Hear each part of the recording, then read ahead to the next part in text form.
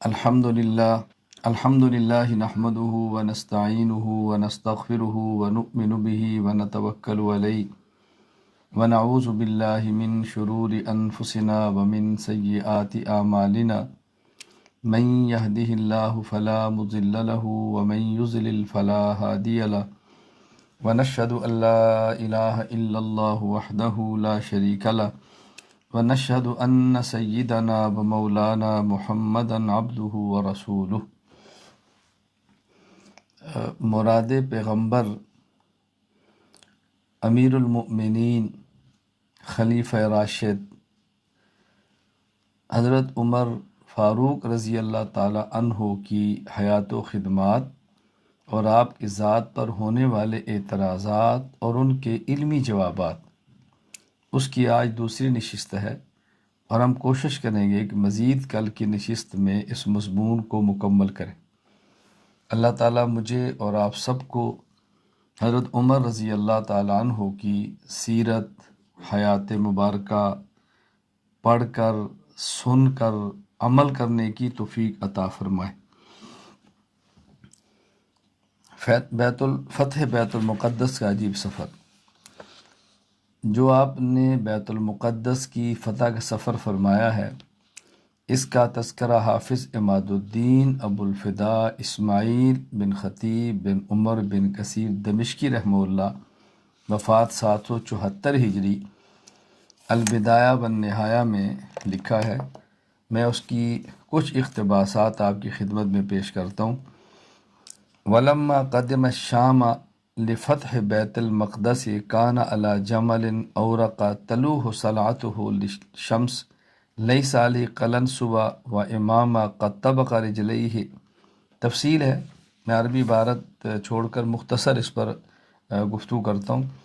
جب حضرت عمر رضی اللہ عنہ بیت المقدس کی فتح کے لیے شام آئے تو آپ ایک خاکی رنگ کے اونٹ پر سوار تھے، اور آپ رضی اللہ عنہ کے سر کا وہ حصہ جہاں سے بال جڑے ہوئے تھے دھوپ میں چمک رہا تھا، یعنی اگلے حصے سے کچھ بال مبارک گرے ہوئے تھے۔ اس وقت آپ کے سر پر نہ عمامہ تھا نہ ہی ٹوپی تھی، گرمی تھی اور آپ اس سفر کے اندر چل رہے تھے۔ آپ رضی اللہ تعالیٰ عنہ نے پلان کے دونوں حصوں کے درمیان رکاب کے بغیر اپنی ٹانگوں کو جڑا ہوا تھا، اور آپ رضی اللہ عنہ کا اونٹ پر بیٹھنے کے لیے بچھایا جانے والا کپڑا مینڈے کی اون کا تھا، وہی آپ کا تکیہ تھا۔ اللہ اکبر۔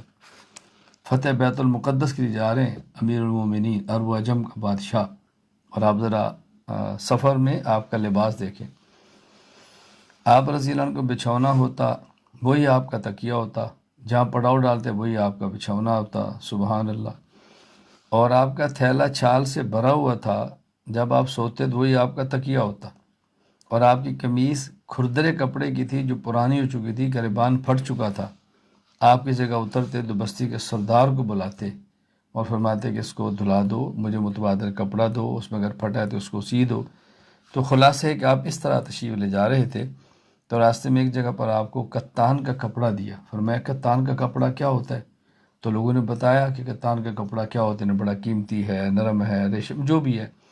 تو آپ نے اس کو اتار دیا کہ میں اس کو چھوڑو، بس میرا قمیض دھو کر لاؤ، میں اسی کو پہنوں گا۔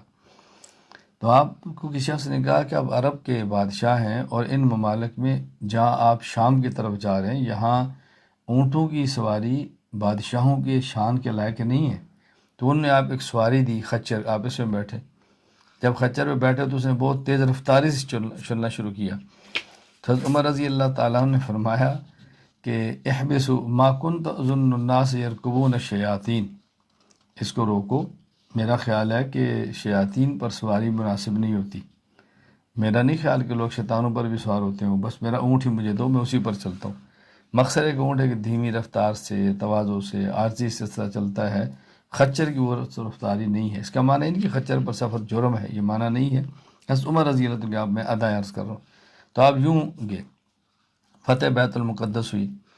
وہاں حضرت عمر رضی اللہ تعالیٰ عنہ نے کس طرح مسلمانوں کی جان، مال اور عبادت کا تحفظ کیا، آپ ذرا اس کو دیکھیں۔ امام ابو العباس احمد بن علی بن عبد القادر بن حسینی رحمہ اللہ تعالی، آپ کی وفات 845 ہجری ہے۔ المواعظ والاعتبار بذکر الخطط والآثار کے اندر فرماتے ہیں کہ نصارہ کے علماء نے اس بات کا اعتراف کیا ہے کہ امیر المومنین رضی اللہ تعالیٰ عنہ نے جب بیت المقدس کو فتح کیا تو آپ نے ان کو امان لکھ کے دی، ان کی جان، ان کی اولاد، ان کی عورتوں، ان کی مالوں اور ان کے تمام عبادت خانوں کے لیے کیا لا تہدم ولا تسکن، نہ ان کے عبادت خانوں کو گرایا جائے گا، نہ اس کو رہائش گاہوں میں تبدیل کیا جائے گا۔ اور پھر حضرت عمر رضی اللہ تعالیٰ نے ایک وہاں کنیسہ تھا قمامہ کے نام کا گرجا، اس کے درمیان میں بیٹھے باتیں کر رہے تھے۔ جب نماز کا وقت آیا تو آپ وہاں سے نکل گئے اور اس کنیسہ کی جو سیڑھیاں تھیں دروازے کے باہر اس کے اوپر آپ بیٹھے، اور پھر آپ نے بطرک جو وہ پادری تھا اور آپ نے وہاں سیڑھی پر گئے اور ایک سیڑھی پر اکیلے نماز پڑھی۔ اللہ اکبر، یعنی نکلے باہر گرجا گھر سے، سیڑھیوں کی طرف گئے، ایک زینے پر نماز پڑھی اور وہیں بیٹھ کے، اور بطرک پادری سے کہا کہ لو صلیت داخل الکنیسہ لاخذ المسلمون من بعدی وقالوا ہا ہنا صلی عمر، اگر میں کنیسے میں نماز پڑھتا تو مستقبل میں مسلمان اس گرجے گھر پر قبضہ کرتے اور یہ کہتے ہیں یا عمر نے نماز پڑھی ہے، تو میں نے اس کے تحفظ کے لیے نماز باہر پڑھی ہے۔ پھر فرمایا ایک خط لکھ دیا تحریم، اللہ یصلی احد من المسلمین علی الدرجۃ الا واحد واحد ولا یجتمع المسلمون بها للصلاۃ فیہا ولا یؤذنون، آئندہ اگر کوئی مسلمان یہاں پر آئے تو کنیسے کے اندر باجماعت نماز نہ پڑھے، باہر سیڑھی پر اکیلے نمازیں پڑھیں اور ان کے کنیسوں کے اندر اذانیں نہ دیں۔ یعنی کس حد تک آپ نے عیسائیت کے گرجا گھروں کی حفاظت کی ہے۔ ہمیں اسلام کیا سبق دیتا ہے کہ یہ شرط ہے کہ غیر مسلم خود کو غیر مسلم تسلیم کرے، کہ آپ ایسے یہ ذہن نہ بنانا کہ قادیانی ہیں، مرزائی ہیں تو ان کی عبادت گاہوں کا ہم تحفظ کریں گے۔ وہ خود کو غیر مسلم تسلیم نہیں کر رہے، وہ غیر مسلم ہونے کے باوجود خود کو مسلمان کہہ رہے ہیں، اس لیے ان کی عبادت گاہوں کا پاکستان میں کوئی تصور نہیں ہے۔ یہ ذہن نشین فرما لیں، ہاں وہ خود کو غیر مسلم کہیں، خود کو اقلیت سمجھیں، اقلیت کی عبادت گاہ بنائیں، اقلیت کے حقوق ہوں تو اس کے مطابق بات بالکل الگ ہے۔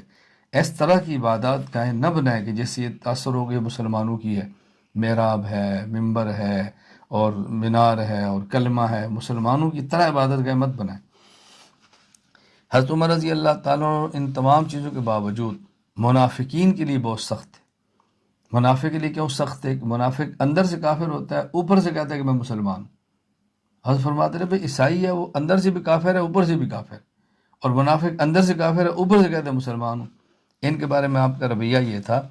حافظ عز الدین ابو الحسن علی بن محمد بن عبد الکریم المعروف بن اسیر جزری رحمہ اللہ فات 630 ہجری اسد الغابہ فی معرفت صحابہ میں لکھتے ہیں کہ جب کوئی میت آتی، حضرت عمر رضی اللہ عنہ حذیفہ سے پوچھتے، حذیفہ ہیں؟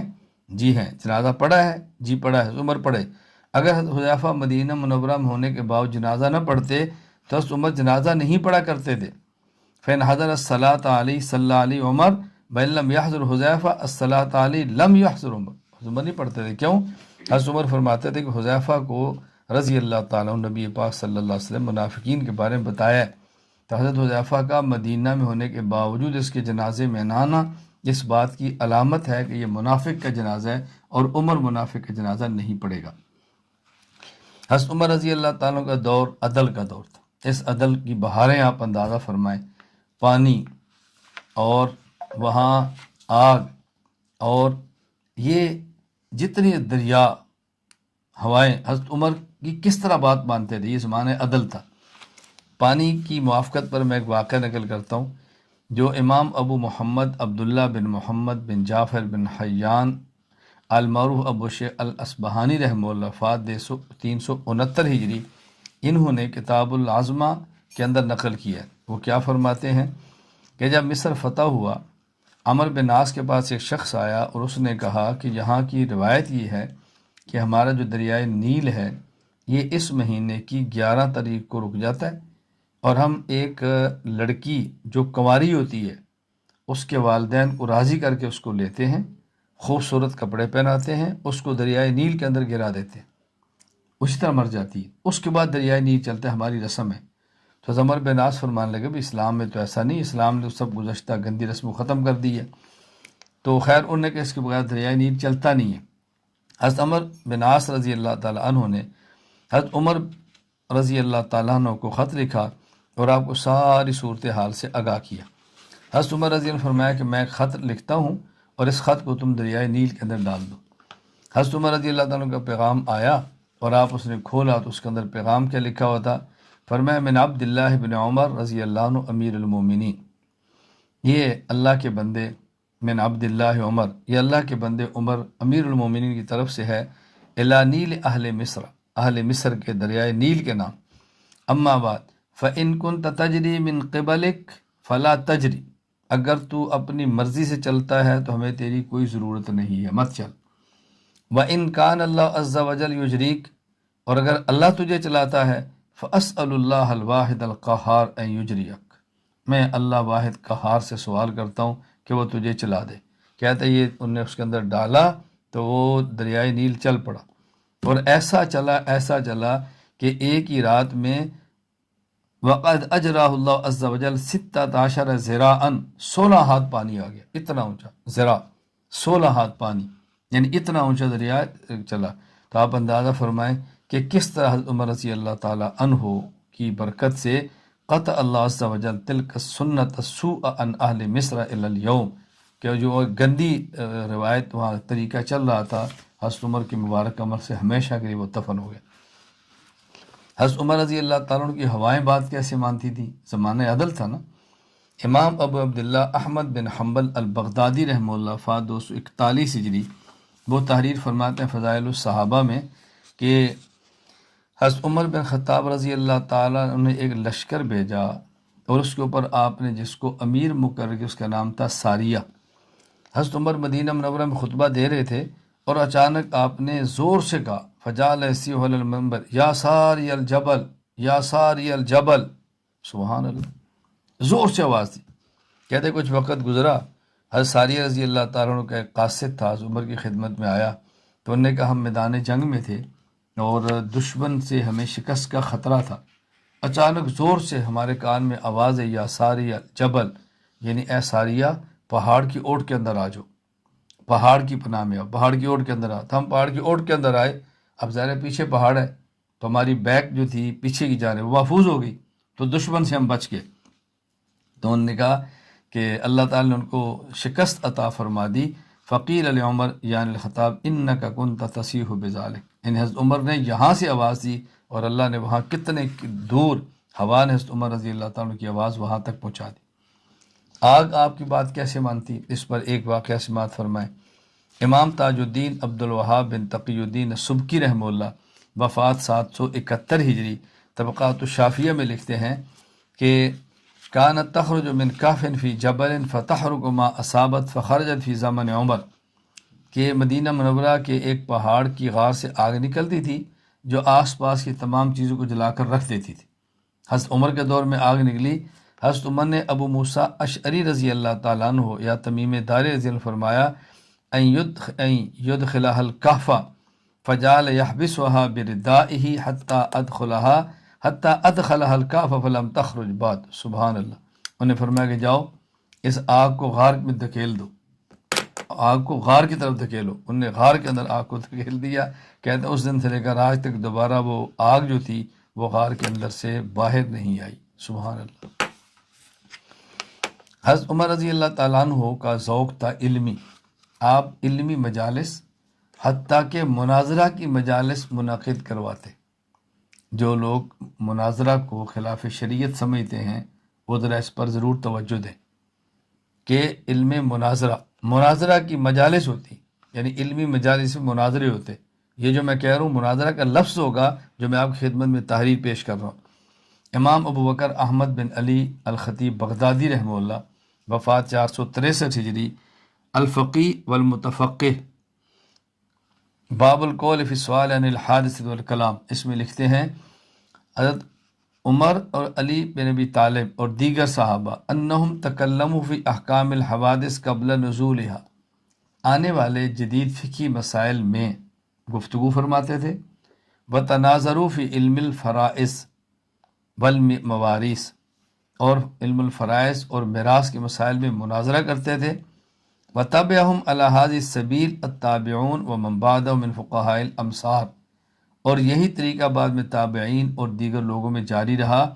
فَكَانَ ذَلِكَ اِجْمَاعًا مِّنْهُمْ عَلَى أَنَّهُ جَائِزٌ غَيْرُ مَكْرُوهٍ وَمُبَاحٌ غَيْرُ مَحْظُورٍ، گویا کہ اس بات پر اجماع ہو گیا کہ دینی معاملات پہ مناظرہ کرنا جائز ہے، مکروہ نہیں ہے، مباح ہے اور ناپسندیدہ نہیں ہے۔ مجھے ایک میں نا صرف بہت ساری باتیں درمیان میں نہیں کہہ رہا کہ ہماری گفتگو مکمل ہی نہیں، ورنہ میں درمیان میں بہت ساری گفتگو آپ کی خدمت میں پیش کرتا اور ہر موقع پر میں کوئی نہ کوئی باتیں آپ کی خدمت میں پیش کرتا۔ میں یہاں پر ایک چھوٹی سی بات عرض کرتا ہوں۔ ایک جگہ ترکیہ میں ایک شیخ تھے بہت بڑے، میری ان سے ملاقات ہوئی اور ان کو میرا تعارف اس طرح کرایا گیا کہ یہ مناظر ہے، تو انہیں گفتگو پہلے ہی میں کہہ دیا کہ مناظرہ ٹھیک نہیں ہے، مباحثہ ٹھیک نہیں ہے، جدل ٹھیک نہیں ہے، امت میں انتشار ہوتا ہے، نقصان ہوتا ہے۔ تو میں نے ان سے کہا کہ دنیا میں کوئی ایک شخص بھی ایسا نہیں کہ جو مناظرہ نہ کرے۔ کیسے؟ میں نے کہا خود ابھی مناظرہ شروع کر دیا۔ مناظرہ کا معنی کیا ہوتا ہے کہ بندہ جس بات کو ٹھیک سمجھے اس پر دلائل دے اور جس کو غلط سمجھے اس پر دلائل دے۔ آپ جو مناظرہ کو ٹھیک نہیں سمجھتے تو آپ نے مناظرہ پر دلائل دینے شروع کر دیے، آپ نے مناظرہ کا رات شروع کر دی ہے، اور میں آپ کا مہمان ہوں، آپ نے میرے مہمان ہونے کا بھی خیال نہیں کیا، آپ شروع ہو گئے، میرا آپ کا تعارف بھی پرانا نہیں، پھر بھی شروع ہو گئے۔ یہی تو مناظرہ ہے۔ اور مناظرہ کسے کہتے ہیں؟ تو خاموش ہو گئے وہ۔ میں اس لیے گزارش کر رہا ہوں کہ اس بات کو اچھی طرح ذہن نشین فرما لیں۔ میں آپ کو یہ نہیں کہتا مناظرہ ضرور کریں، جس کے لیے آپ میرا مستقل کتابچہ ہے اصول مناظرہ، اس کو پڑھیں گے تو آپ کو اندازہ ہوگا کہ مناظرہ کے بارے میں ہمارا مزاج کیا ہے۔ میں تو مناظرہ کو علمی جنگ سمجھتا ہوں، علمی جنگ، اور جنگ اللہ سے مانگتے نہیں ہیں، آ جائے تو اس میں کھڑے ہو جاتے ہیں، بس بات صرف اتنی ہے۔ چلیں خیر، حضرت عمر رضی اللہ تعالیٰ عنہ اپنے عقائد کے معاملے میں کس طرح کھل کر بات فرماتے ہیں کہ ہم حق پر ہیں اور ہمارا مخالف باطل پر ہے۔ کیونکہ یہ بات ذہن نشین فرما لیں کہ جو اعتقادات ہیں، عقائد، اس میں یہ نظریہ رکھنا ضروری ہے کہ ہم حق پر ہیں، ہمارا مخالف باطل پر ہے۔ اور جو فقہی اور اجتہادی مسائل ہیں فروعی، اس میں ذہن رکھنا ضروری ہے کہ ہمارا مسئلہ درست ہے، غلطی کا احتمال بھی ہے، دوسرے کا مسئلہ خطا ہے، درست ہونے کا احتمال بھی ہے۔ لیکن اعتقادات میں یہ نہیں ہوتا کہ ہو سکتا ہے ہمارا عقیدہ غلط ہو، ایسا نہیں ہوتا۔ حضرت عمر رضی اللہ عنہ کا ایک واقعہ میں اس پہ بطور دلیل کے پیش کرتا ہوں۔ امام ابو عبداللہ محمد بن اسماعیل بخاری رحمہ اللہ، وفات 256 ہجری، صحیح بخاری حدیث نمبر 2731، وہ فرماتے ہیں کہ حضرت عمر رضی اللہ عنہ فرماتے ہیں فاتحت نبی اللہ فقلت الست نبی اللہ حقا قال بلا قلت السنا علی الحق وعدونا الباطل قال بلا۔ یعنی حدیبیہ کے موقع پر جب صلح ہو رہی تھی تو ظاہر صلح بظاہر ایسی تھی جیسے شکست ہوتی ہے، تو حضرت عمر نے کہا یا رسول اللہ کیا آپ اللہ کے برحق نبی نہیں ہیں؟ فرمایا کیوں نہیں؟ کیا ہم حق پر نہیں ہیں؟ کیوں نہیں؟ کیا دشمن باطل پر نہیں ہے؟ کیوں نہیں؟ تو پھر یہ کیا ہو رہا ہے؟ تو حضور نے فرمایا عمر، اللہ تعالیٰ اپنے نبی کو محروم نہیں کرتے، یہی فتح ہے۔ ایک وقت آئے گا تمہیں سمجھ آئے گی کہ اس صلح کے اندر ہم نے کتنے فوائد سمیٹے ہیں، کتنے فوائد سمیٹے۔ یا صرف ایک بات میں بطور وضاحت کی عرض کر دوں، یہ تو فرماتے نا کیا آپ اللہ کے نبی نہیں ہیں، کیا ہم حق پر نہیں ہیں، یہ جو استفہام ہے نا سوالیہ، یہ انکار نہیں ہوتا، اس کو عربی زبان میں کہتے ہیں استفہام تقریری۔ ایک سوال وہ ہوتا ہے کہ جس میں اپنی بات کو پختہ اور پکا کیا جاتا ہے، جس طرح اللہ نے عالم الماء میں ہم سے خطاب کیا الست بربکم، کیا میں تمہارا رب نہیں ہوں؟ اور جس طرح باپ اپنے بیٹے سے کہتا ہے کیا تمہارا والد نہیں ہوں میں، مجھے حق نہیں میں تمہیں ڈانٹوں۔ استاد اپنے شاگرد سے کہتا ہے کیا میں تمہارا باپ، شاگرد سے کہتا ہے کیا میں تمہارا استاد نہیں ہوں؟ استاد شاگرد کو ڈانٹ نہیں سکتا، تو اب اس کا معنی ہوتا ہے کر سکتا ہے۔ تو اسی طرح عمر فرماتا ہے کیا آپ اللہ کے نبی نہیں ہیں، یعنی آپ اللہ کے نبی ہیں، اسے کہتے ہیں استفہام تقریری۔ اور ایک ہوتا ہے استفہام انکاری، یعنی آدمی سوال اس طرح کرتا ہے کہ گویا بات کا انکار کر رہا ہے، جس طرح اللہ فرماتا ہے کہ فتکفرون باللہ، تم کیسے اللہ کا انکار کرتے ہو؟ اللہ نے تمہیں پیدا کیا، یعنی تمہیں انکار نہیں کرنا چاہیے۔ جس طرح آپ کسی کے سامنے کو کھانا رکھیں اور وہ کھانا اس کو پسند نہ ہو تو وہ کیا کہ میں یہ کھانا کھاؤں گا، اس کا مطلب کیا کہ میں نے نہیں کھانا۔ ایسے وقت میں کھانا رکھے کہ اس سے کھانے کا وقت نہ ہو، میں اس وقت کھانا کھاؤں گا، اس کا معنی ہے کہ میں نے نہیں کھانا۔ تو استفہام انکاری ہوتا ہے۔ حضرت عمر نے جو فرمایا نا کہ کیا آپ اللہ کے نبی نہیں ہیں، یہ استفہام تقریری تھا، یعنی اللہ کے نبی آپ ہیں۔ جس طرح استاد شاگرد سے کہتا ہے کیا میں تمہارا استاد نہیں ہوں، باپ کہتا ہے کیا تو میرا بیٹا نہیں ہے، شوہر کہتا ہے کیا تو میری بیوی نہیں ہے، میں تجھے سمجھا نہیں سکتا، تجھے ڈانٹ نہیں سکتا، تو اس طرح ہے۔ حضرت عمر رضی اللہ تعالیٰ عنہ نزول قرآن کو کیسے سمجھتے تھے، آیت کب نازل ہوئی ہے، کیوں نازل ہوئی ہے، اس پر ایک واقعہ سمجھیں۔ امام ابو عبداللہ محمد بن اسماعیل بخاری رحمہ اللہ، وفات 256 ہجری، صحیح بخاری حدیث نمبر 45، یہ فرماتے ہیں کہ یہودیوں کے ایک شخص نے عمر سے کہا کہ امیر المومنین، آیت فی کتابکم تقرؤونها لو علینا معاشر الیہود نزلت لاتخذنا ذلک اليوم عیدا، کہ تمہارے قرآن میں ایک آیت ایسی ہے اگر ہمارے پاس ہوتی تو ہم اس دن کو عید بناتے جب وہ آیت نازل ہوئی۔ حضرت نے فرمایا کون سی آیت؟ اس نے کہا الیوم اکملت لکم دینکم واتممت علیکم نعمتی ورضیت لکم الاسلام دینا، کہ ہم نے آج تمہارے دین کامل اور مکمل کر دیے۔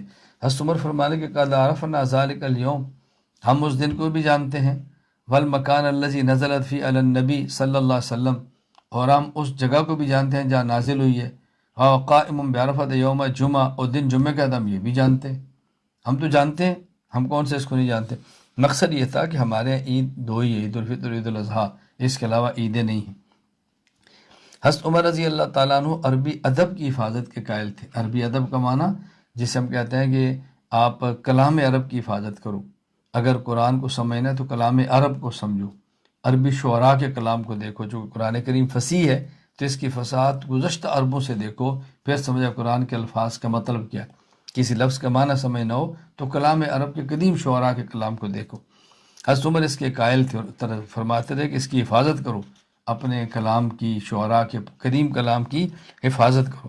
اور ہمارے الحمدللہ مدارس میں باقاعدہ وہ پڑھائے جاتے ہیں، پرانے اشعار، پرانی کتابیں، پرانا پڑھایا جاتا ہے تاکہ قرآن کریم سمجھ۔ اس پر ایک واقعہ نقل کرتا ہوں کہ امام ابو عبداللہ محمد بن احمد بن ابو بکر الصاری الخزرجی شمس الدین القرطبی رحمہ اللہ، وفات 671 ہجری، تفسیر قرطبی سورۃ النحل، یہ جو قرآن کریم کی آیت ہے او یاخذہم لا تخوف، سورۃ النحل آیت نمبر 47، اس کے تعلق لکھتے ہیں حضرت عمر رضی اللہ تعالیٰ نے فرمایا کہ لوگوں یہ جو اللہ کا قرآن ہے، او یاخذہم لا تخوف، کہ اللہ تعالیٰ ان کو تخوف کا عذاب دے گا۔ تخوف کا معنی کیا ہوتا ہے؟ اللہ تعالیٰ ان کفار کو تخوف کا عذاب دے گا۔ تخوف کا معنی کیا ہوتا ہے؟ تخوف کا معنی ہوتا ہے کم ہونا، یعنی یہ بھی ایک عذاب ہوگا کہ ان کو آہستہ آہستہ اللہ کم کر دیں گے، ابھی تو بہت زیادہ ہے، آہستہ سے کم، یہ بھی ان کی پکڑ ہوگی۔ یہ تخوف کا معنی کیا ہے؟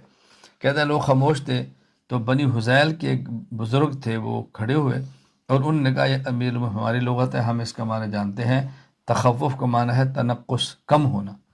حضرت عمر نے فرمایا تعرف العرب ذالک فی اشعارہم، کیا کسی عربی شاعر نے کلام میں اس کا ذکر کیا تخوف کا یہ معنی؟ انہوں نے کہا جی ہاں، ہمارا شاعر تھا ابو کبیر الحذلی، اس نے اونٹنی کی تعریف کی ہے اور اس نے اونٹنی کے اوصاف میں یہ بات کی ہے تخوف الرحل منا تخوف الرحل منها تامکا قردا کما تخوف عود نبعت الصفنو۔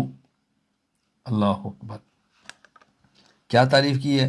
انہوں نے کہا دیکھیں یہ جو اونٹنی کا کوہان ہے، اونٹنی کا کجاوے کی رسی، یہ اونٹنی کے کوہان کے بالوں کو آہستہ آہستہ کر کے ایسے ختم کرتی ہے جیسے لوہا کشتی کی لکڑی کو آہستہ آہستہ ختم کر دیتا ہے۔ یعنی جب اونٹ کے اوپر کجاوا رکھا ہوتا ہے نا، کجاوے کی لکڑی ہوتی ہے، وہ یہ رگڑتی رہتی ہے، اس طرح سے بال ختم کر دیتی ہے۔ جس طرح کشتی کے اندر لوہا لگاؤ، وہ لکڑی سے رگڑے تو آہستہ آہستہ لکڑی کھچنا شروع ہو جاتی ہے۔ تو یہاں تخوف کو نے کیا بیان کیا؟ آہستہ آہستہ کم ہونا۔ الفاروق اعظم رضی اللہ تعالیٰ عنہ عقائد کے بارے میں بڑی کھلی بات فرماتے تھے۔ مثلا نصارہ کی تبدیل کی ہے تو آپ فرماتے ان عیسیٰ لا اب لہ، حضرت عیسیٰ بغیر باپ کے پیدا ہوئے۔ امام معمر بن ابو عمر راشد رحمہ اللہ، وفات 153 ہجری، الجامع لمعمر بن راشد باب الاسماء والکنہ، حدیث نمبر 19857 میں اس کو ذکر کیا۔ عقید ختم نبوت کے بارے میں عمر رضی اللہ بڑی کھلی رائے بیان فرماتے۔ امام ابو الفضل قاضی ایاز بن موسیٰ رحمہ اللہ، وفات 544 ہجری، الشفاء بتعریف حقوق المصطفیٰ، الفصل السابع میں فرماتے ہیں حضرت عمر بن خطاب رضی اللہ تعالیٰ عنہ ایک دن گفتگو کی سبحان فی قال فی کلام بقا بہ النبی صلی اللہ علیہ وسلم، یعنی ایسی گفتگو کی کہ اللہ کے نبی گفتگو سن کر آپ دیدہ ہو گئے۔ وہ گفتگو کیا دی؟ قالا بے ابی انت و امی یا رسول اللہ، اللہ کے نبی میرا والد اور میری ماں آپ پر فدا ہو، میرے والدین آپ کے اوپر فدا ہو۔ لقد بلغ من فضیلتک عند اللہ انباسک آخر الانبیاء وذکرک فی اولہم، یہ آپ کی کتنی بڑی عظمت ہے کہ آپ آخر الانبیاء ہیں لیکن تذکرہ آپ کا سب سے پہلے کیا گیا، آپ سب سے آخر میں مبعوث ہوئے ہیں لیکن تذکرہ آپ کا سب سے پہلے کیا گیا۔ حضرت عمر رضی اللہ تعالیٰ عنہ کا ایک مناظرہ ہے اور مجوسی سے ہے۔ حضرت عمر رضی اللہ تعالیٰ عنہ کا مجوسی کے ساتھ عذاب قبر پر آپ کا مناظرہ ہوا۔ اس کی حقیقت کیا تھی؟ شاہ عبدالعزیز محدث دہلوی رحمہ اللہ تعالی وفات 1239 ہجری، انہوں نے واقعہ نقل کیا تحفہ اثنا عشریہ باب ہشتم عقیدہ سوئم کے تحت۔ حضرت فرماتے ہیں کہ ایک مجوسی آپ کے پاس آیا اور اس کے پاس 3 کھوپڑیاں تھیں۔ اس نے کہا یہ کھوپڑی میرے باپ کی ہے، یہ میری ماں کی ہے، یہ میرے بھائی کی ہے، اور یہ دونوں مجوسیت پر مرے ہیں، اور آپ کہتے ہیں کہ قبر میں میت کو عذاب ہوتا ہے اور عذاب آگ کا ہوتا ہے، آگ تو گرم ہوتی ہے تو ان کی کھوپڑیاں تو ٹھنڈی ہیں، تو پھر ان کو عذاب کیسے ہو رہا ہے؟ یہ حضرت نے فرمایا کہ وہ لے کر آئے 3 کھوپڑیاں۔ حضرت عمر رضی اللہ تعالیٰ نے فرمایا کہ تم ایسا کرو، ایک لوہا لاؤ اور ایک پتھر لاؤ۔ لوہا اور پتھر لاؤ، پھر میں اس کو ہاتھ پہ رکھو، یہ دیکھو دونوں ٹھنڈے ہیں، کہا جی ٹھنڈے ہیں۔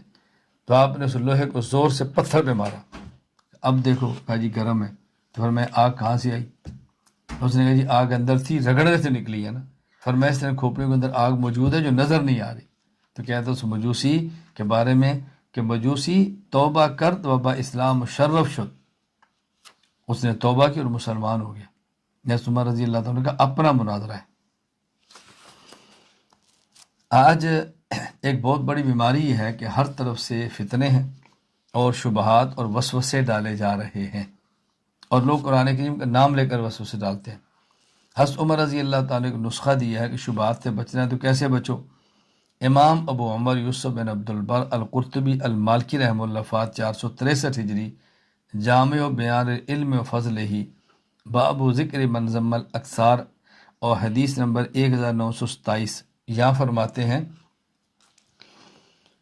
کہ عمر بن خطاب رضی اللہ تعالیٰ نے فرمایا سیاتی قوم یجادلونکم بشبہات القرآن، ایک قوم آئے گی جو تم سے مباحثے کرے گی اور قرآنی شبہات کو پیش کرے گی، آیات متشابہات پیش کرے گی، قرآنی شبہات کو پیش کرے گی۔ تم نے کیا کرنا ہے؟ فخذوہم بالسنن، تم اگر ان سے گفتگو کرنی پڑے تو گفتگو سنت کے ذریعے کرنا کہ نبی پاک صلی اللہ علیہ وسلم کی سنت کیا ہے۔ فَإِنَّ أَصْحَابَ السُّنَنِ أَعْلَمُ بِكِتَابِ اللَّهِ عَزَّ وَجَلَّ، اس لیے کہ سنت کو جاننے اور ماننے والا ہی کتاب اللہ کی مراد کو صحیح سمجھ سکتا ہے۔ تو آئے لوگ کہتے ہیں قرآن کریم کے اندر یہ آیا ہے، تو ہم کہتے ہیں بھی قرآن کریم کا معنی کیا ہے، اس پر اللہ کے نبی نے کیسے عمل کیا ہے، جس پر قرآن اترا ہے ان کی بات کرو۔ میں نے پہلے بھی گزارش کی ہے کہ میں بہت ساری باتیں یہاں کروں گا لیکن وقت کم ہے، میں نہیں کر رہا کہ ہمارا ایک کورس رہ جانا ہے، ورنہ میں ایک ایک بات کو مسائل اور دلائل سے آپ کو سمجھاتا کہ اس کا مطلب کیا ہے۔ غیر مسلموں کے جو تہوار ہوتے ہیں، لوگ ہم سے پوچھتے ہیں اس موقع پر کیا کریں، یہ غیر مسلم کا تہوار ہے، ہم ان کے پاس جائیں، ان کو مبارک دیں، کیا کریں؟ حضرت عمر رضی اللہ تعالیٰ کا رویہ کیا تھا، ذرا اس کو سمجھیں۔ امام ابو بکر عبدالرزاق بن حمام الصنعانی رحمہ اللہ وفات 211 ہجری المصنف میں فرماتے ہیں، فرمایا عمر بن خطاب رضی اللہ تعالی عنہ نے فرمایا لا تعلموا رتانۃ الاعاجم، اجمیوں کی زبان مت سیکھو، اجمیوں کی زبان مت سیکھو، یعنی اجمیوں کی ایسی زبان کہ جو اسلامی تہذیب سے آپ کو دور کر دے، یہ مفہوم ہے، اس کو مت سیکھو۔ بلا تدخلوا علیہم فی کنائسہم یوم عیدہم، اور جو ان کے عید کے دن ہیں اس دن ان کے گرجا گھروں میں مت جاؤ۔ فإن السخطۃ تنزل علیہم، اس لیے کہ اللہ کی ناراضگی ان کے اوپر اس دن نازل ہوتی ہے۔ تو اس سے کیا معلوم ہوا کہ جو غیر مسلموں کے مذہبی تہوار ہیں اس میں شرکت نہیں کرنی چاہیے، اور بلا وجہ غیر مسلموں کی زبان نہیں سیکھنی چاہیے۔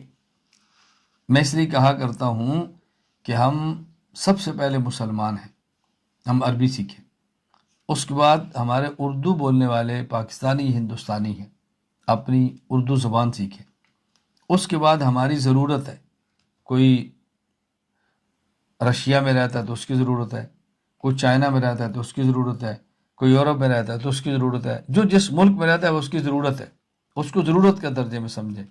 مجھے نہایت افسوس ہوتا ہے کہ جب ہمارے مسلمان گھرانے، ہندوستان پاکستان سے تعلق رکھنے والے اپنی زبان کے اردو لفظ نہیں جانتے اور انگریزی لفظ بولتے ہیں، کس حد تک یہ احساس کمتری ہے اور کس حد تک ذہنی پستی اور ذہنی غلامی ہے۔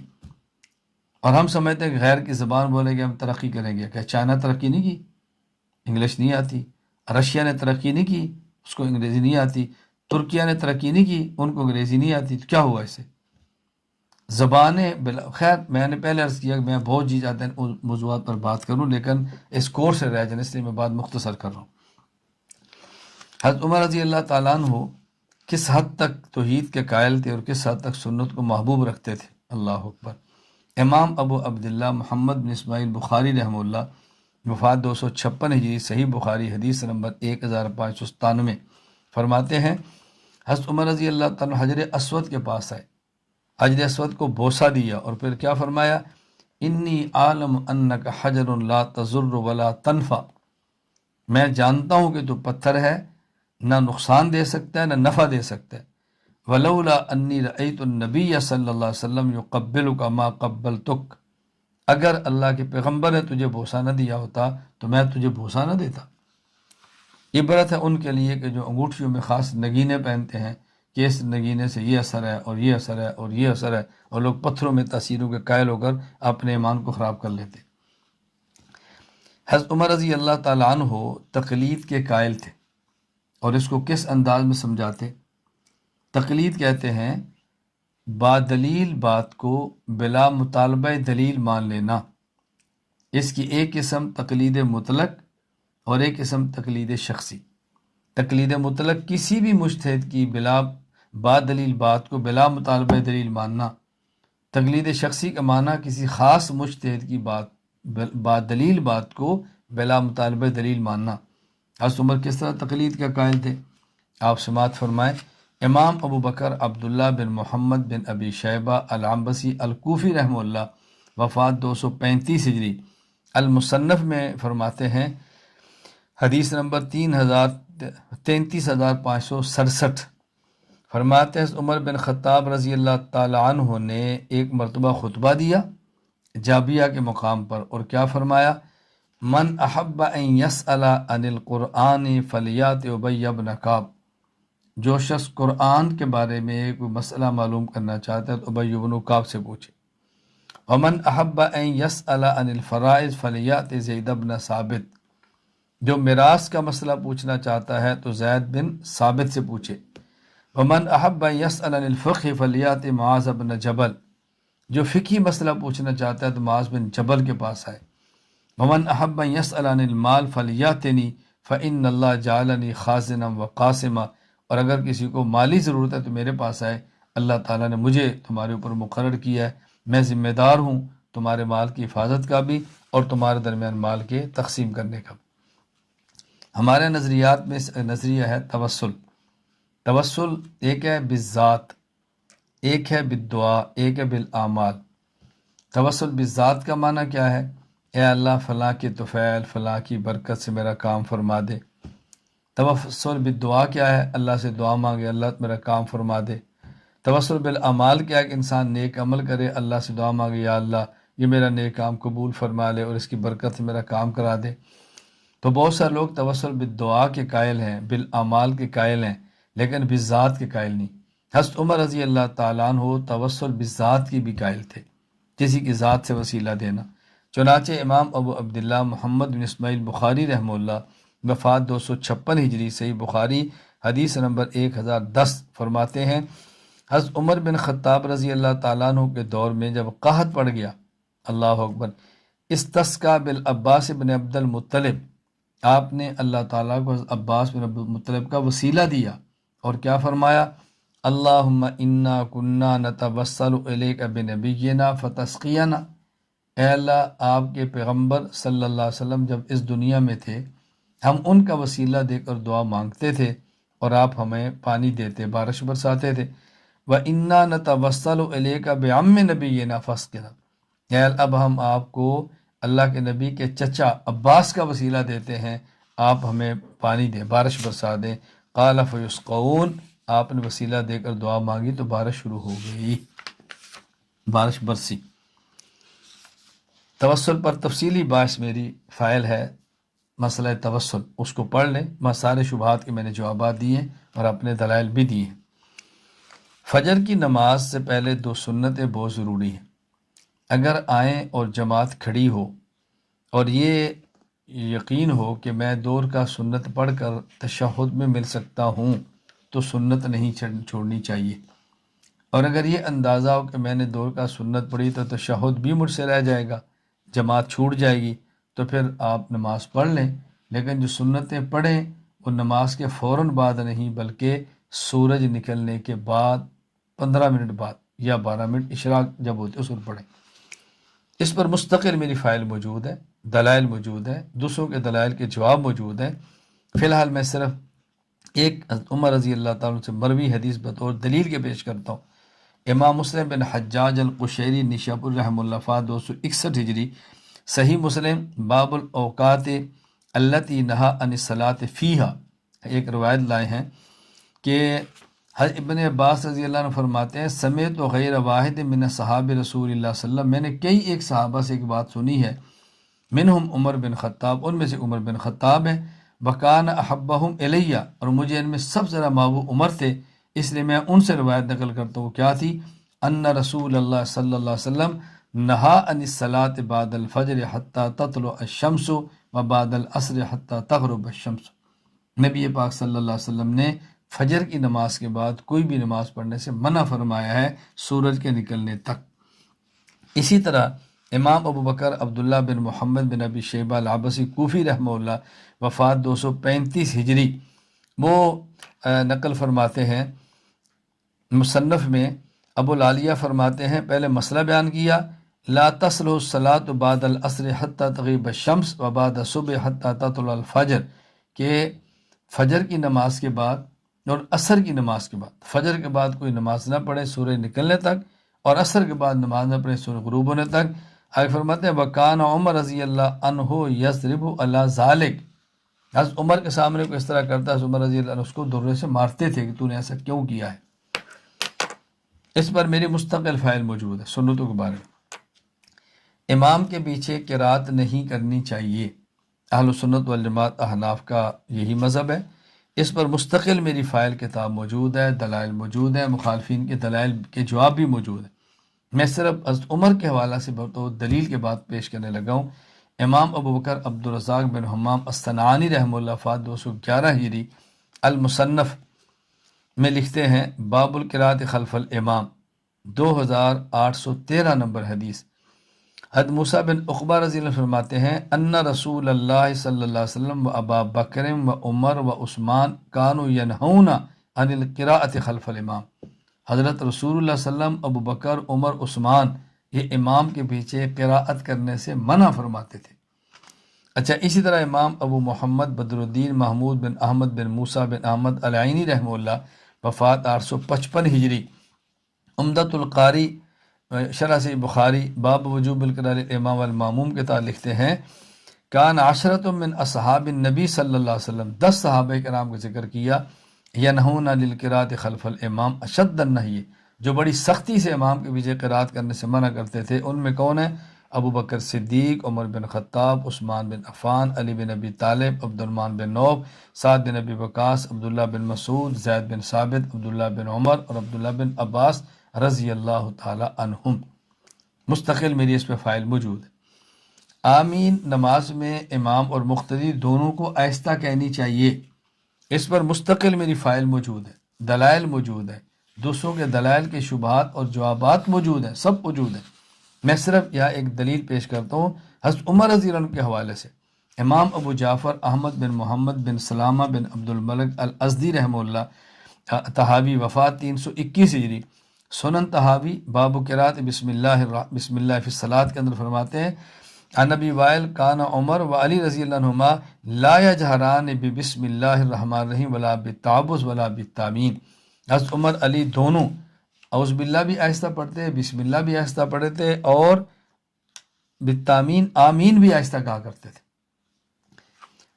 نماز میں رکوع جاتے، رکوع سے اٹھتے اور سجدے کے وقت رفع یدین نہیں کرنا چاہیے۔ یہی اہل سنت والجماعت احناف کا مذہب ہے۔ میری مستقل اس پر فائل موجود ہے، دلائل موجود ہیں، دوسروں کے دلائل کے جوابات موجود ہیں۔ یا میں سے عمر رضی اللہ عنہ کے حوالے سے بات کرنے لگا ہوں۔ امام ابو جعفر احمد بن محمد بن سلامہ بن عبد الملک الازدی امام تحاوی رحمہ اللہ وفات 1321 ہجری، شرح معانی الاثار التحاوی باب التکبیر للرکوع والتکبیر للسجود میں فرماتے ہیں عن الاسود قال رأیت عمر بن الخطاب رضی اللہ عنہ یرفع یدیہ فی اول تکبیر ثم لا یعود۔ حضرت عمر شروع میں تکبیر تحریمہ کے وقت رفع الیدین فرماتے، پھر پوری نماز میں کہیں رفع الیدین نہیں فرماتے تھے۔ اس کا تعلق عیدین اور وطر کے ساتھ نہیں ہے، اس کو ذہن نشین فرما لیں۔ امام ابو بکر احمد بن حسین بن علی الباقی رحمہ اللہ وفات 458 ہجری، السنن الکبریٰ للبیہقی میں فرماتے ہیں حدیث نمبر 2636۔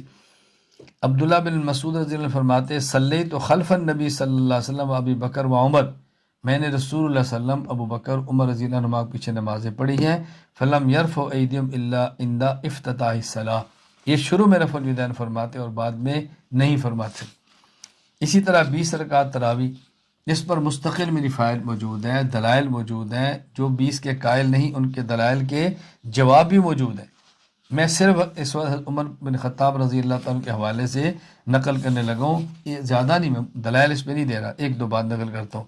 امام احمد بن ابو بکر البوصیری رحمہ اللہ وفات 840 ہجری، مسند احمد بن منی اتحاف الخیارت الماہرہ للبوصیری کے حوالے سے وہ نقل فرماتے ہیں، وہ یہ مسند احمد بن منی میں ہے، اور امام احمد بن ابو بکر البصیری کی کتاب اتحاف الخیرت الماہرہ کے حوالے سے وہ کیا ہے، ابی بن کعب فرماتے ہیں عمر بن خطاب رضی اللہ تعالیٰ عنہ نے حضرت ابی بن کعب کو حکم دیا کہ آپ رمضان میں لوگوں کو نمازیں پڑھائیں۔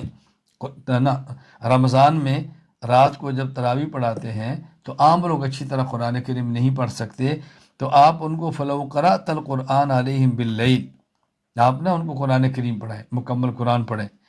تو فرمایا فصلی بہم 20 رکعہ، اور یہ جو تھے حضرت ابی بن کعب رضی اللہ تعالی عنہ، یہ 20 رکعات تراویح ان کو پڑھاتے تھے۔ حضرت عمر کے دور کی بات ہے، میں اس لیے گزارش کر رہا ہوں کہ میں زیادہ روایت پیش نہیں کر رہا، حضرت عمر کے دور کی بات ہے، 20 رکعات تراویح، اور تمام صحابہ موجود تھے، کسی نے بھی اس کا انکار نہیں کیا۔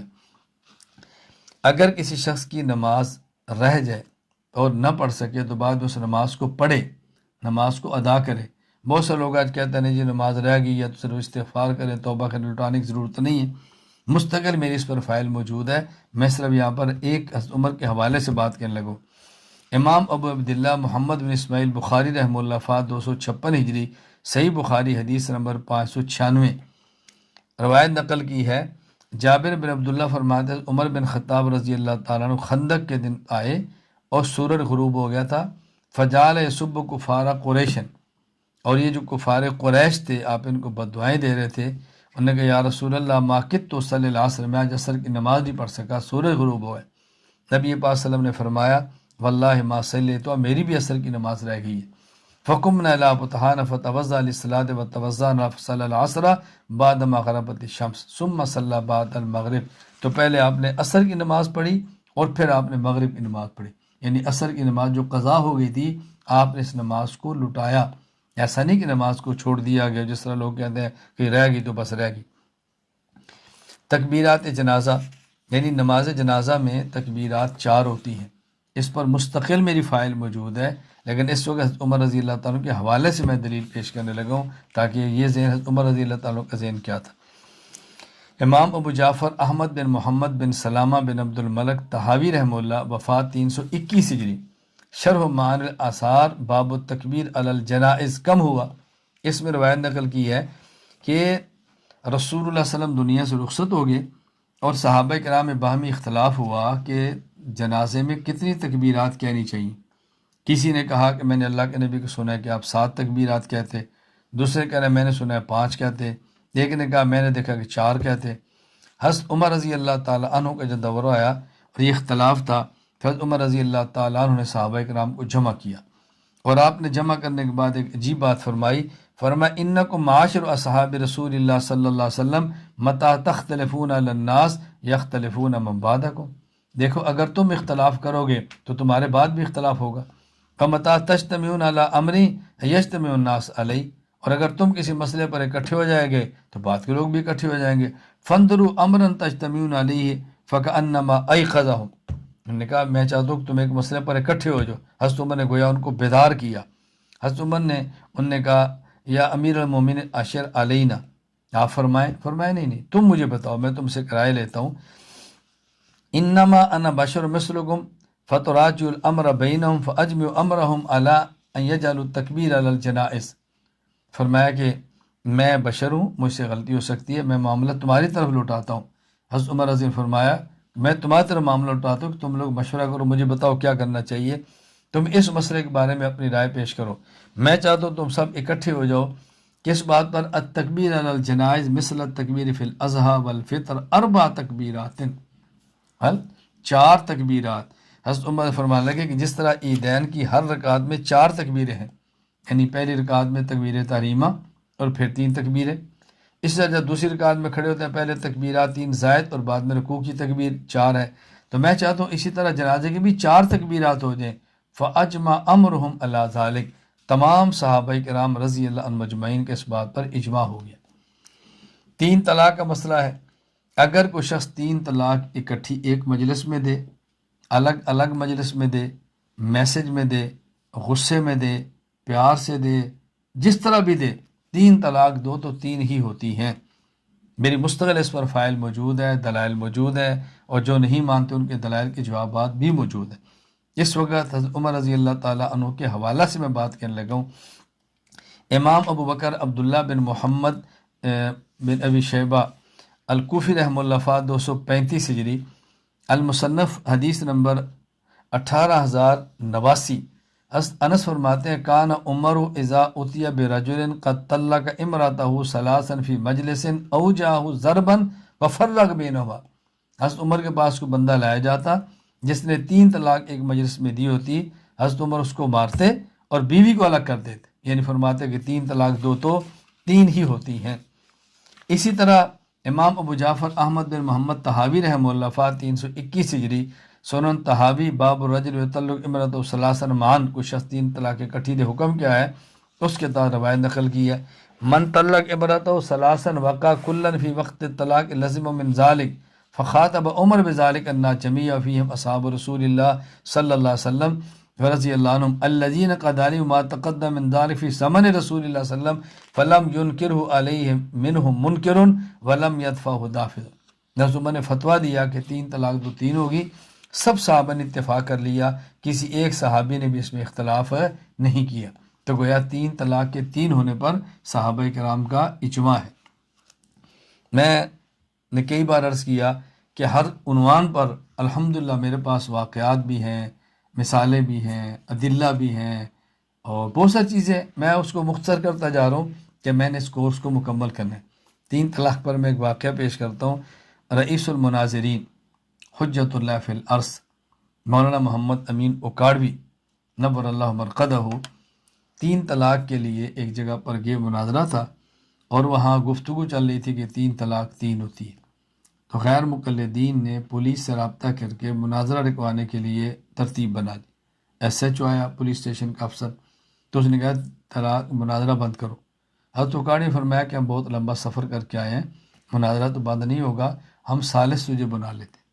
اس نے کہا میں کہہ رہا ہوں مناظرہ بند کرو، اگر تم نے مناظرہ بند نہ کیا تو میں تمہیں جوتے ماروں گا۔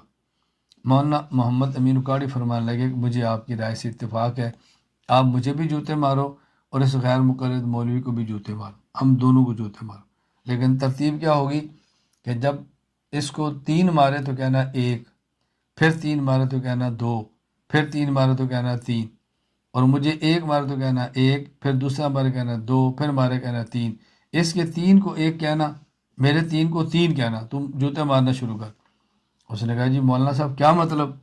انہوں نے کہا یہ بات جو میں دلائل سے سمجھانا چاہ رہا ہوں وہ شاید تیرے جوتوں سے سمجھ آ جائے۔ میں یہی بات ان کو سمجھا رہا ہوں کہ 3 2 تو 3 ہوتی ہیں، یہ کہتے ہیں 3 2 تو 1 ہوتی ہے، تو تیرے جوتوں سے سمجھ آ جائے گی، شاید میرے دلائل سے ان کو بات سمجھنا ہے۔ تو 3 طلاق دو تو 3 ہی ہوتی ہے، یہ مذاق بازی مت کرو، اللہ کے لیے خدا سے ڈرو۔ جس عورت کو 3 طلاق ہو گئی تو اس نے عدت بھی گزارنی ہے، اور اس کو اس کے خامد نے رہائش بھی دینی ہے اور خرچہ بھی دینا ہے عدت تک۔ اب ایک مسئلہ پیش آیا کہ کسی شخص نے فتویٰ دے دیا کہ نہیں اس کے لیے عدت اور اس کے لیے رہائش نہیں ہے۔ کیوں نہیں ہے؟ کچھ خاتون صحابیہ نے کہا کہ اللہ کے نبی نے ایسا فرمایا۔ اس وقت عمر نے کیا فرمایا ذرا وہ دیکھیں۔ امام مسلم بن حجاج القشیری رحمہ اللہ فا 261 ہجری صحیح مسلم حدیث نمبر 3710۔ ابو اسحاق فرماتا ہے کہ میں اسود بن یزید کے ساتھ مسجد میں تھا، ہمارے پاس شعبی تھے، اور امام شعبی نے حدیث بیان کی فاطمہ بنت قیس کی۔ وہ حدیث کیا تھی کہ رسول اللہ صلی اللہ علیہ وسلم نے لم یجعل اللہ سکنا ولا نفقہ، ان کو 3 طلاق ہو گئی تو اللہ کے نبی نے نہ ہی ان کو خرچہ دیا اور نہ ان کو رہائش دی۔ قال عمر، حضرت عمر نے فرمایا لا نترک کتاب اللہ و سنت نبینا صلی اللہ علیہ وسلم لقول امرات لا ندری اللہ حفظت او نسیت۔ فرمایا ہم اس عورت کی وجہ سے رسول اللہ صلی اللہ علیہ وسلم کی سنت اور کتاب اللہ کو کیسے چھوڑ سکتے ہیں؟ یہ کہہ رہی ہے کہ اللہ کے نبی نے سکنا و نفقہ نہیں دیا تھا، عورتیں تو بھول جاتی ہیں، ہم اس کی بات پر کیسے اعتماد کر سکتے ہیں؟ فرمایا اللہ فرماتے ہیں لا تخرجوهن من بیوتهن ولا یخرجن الا ان یاتین بفاحشۃ مبینہ، ان عورتوں کے ان کے گھروں سے مت نکالو الا یہ کہ جب کوئی فحاشی کا کام کر لے، تو پھر تو نہیں آپ ان کو اپنے گھروں میں رکھ سکتے۔ تو مقصد کیا تھا کہ حضرت عمر رضی اللہ عنہ کتاب اللہ کو ترجیح دیتے تھے اور مسئلہ بیان کر دیا کہ نہیں شاید اس عورت کو سننے کے اندر غلطی لگی ہے، ورنہ ایسا مسئلہ کیسے ہو سکتا ہے کہ رسول اللہ صلی اللہ علیہ وسلم یہ مسئلہ بیان فرمائے۔ حضرت عمر رضی اللہ تعالیٰ عنہ نے کس قدر علم کا اہتمام کیا، تعلیمات کا اہتمام کیا، بہت سارے موضوع پر کیسے اصلاح کا اہتمام کیا، ذرا آپ اس کو سمجھنے کی کوشش کریں۔ حضرت عمر رضی اللہ تعالیٰ نے ایک شہر تعمیر فرمایا کہ جس کو کوفہ کہتے ہیں، اور یہ کوفہ کہاں پر تھا؟ سنگم پر، ادھر عجم ادھر عرب، درمیان میں کوفہ شہر تعمیر فرمایا۔ علامہ زاہد بن حسن کوثری رحمہ اللہ فات 1331 ہجری فقہ اہل العراق و حدیثوں میں فرماتے ہیں جب سید فاروق رضی اللہ تعالیٰ عنہ حاکم بنے، امیر المومنین بنے، عراق فتح ہو گیا، تو آپ نے حضرت سعد بن ابی وقاص رضی اللہ تعالیٰ عنہ کو حکم دیا کہ تم کوفہ کی تعمیر کرو، ایک شہر تعمیر کرو 17 ہجری میں، اور آپ نے جو قبائل عرب کے فصیح لوگ تھے ان کو وہاں پہ آباد کیا۔ حضرت عبداللہ بن مسعود رضی اللہ عنہ کو وہاں بھیجا کہ تم وہاں جا کر ان کو پڑھاؤ، اور فرمایا وقد آثرتکم بعبد اللہ علی نفسی، مجھے عبداللہ بن مسعود کی ضرورت ہے، اہل کوفہ میں نے آپ کو اپنے اوپر ترجیح دی ہے۔ گویا آپ نے کوفہ شہر تعمیر کرایا، اور پھر اس کوفہ شہر کے پہلے گورنر حضرت سعد رضی اللہ عنہ تھے، اور پہلے معلم یعنی یونیورسٹی کے وائس چانسلر حضرت عبداللہ بن مسعود رضی اللہ تعالیٰ عنہ کو عمر نے بنایا۔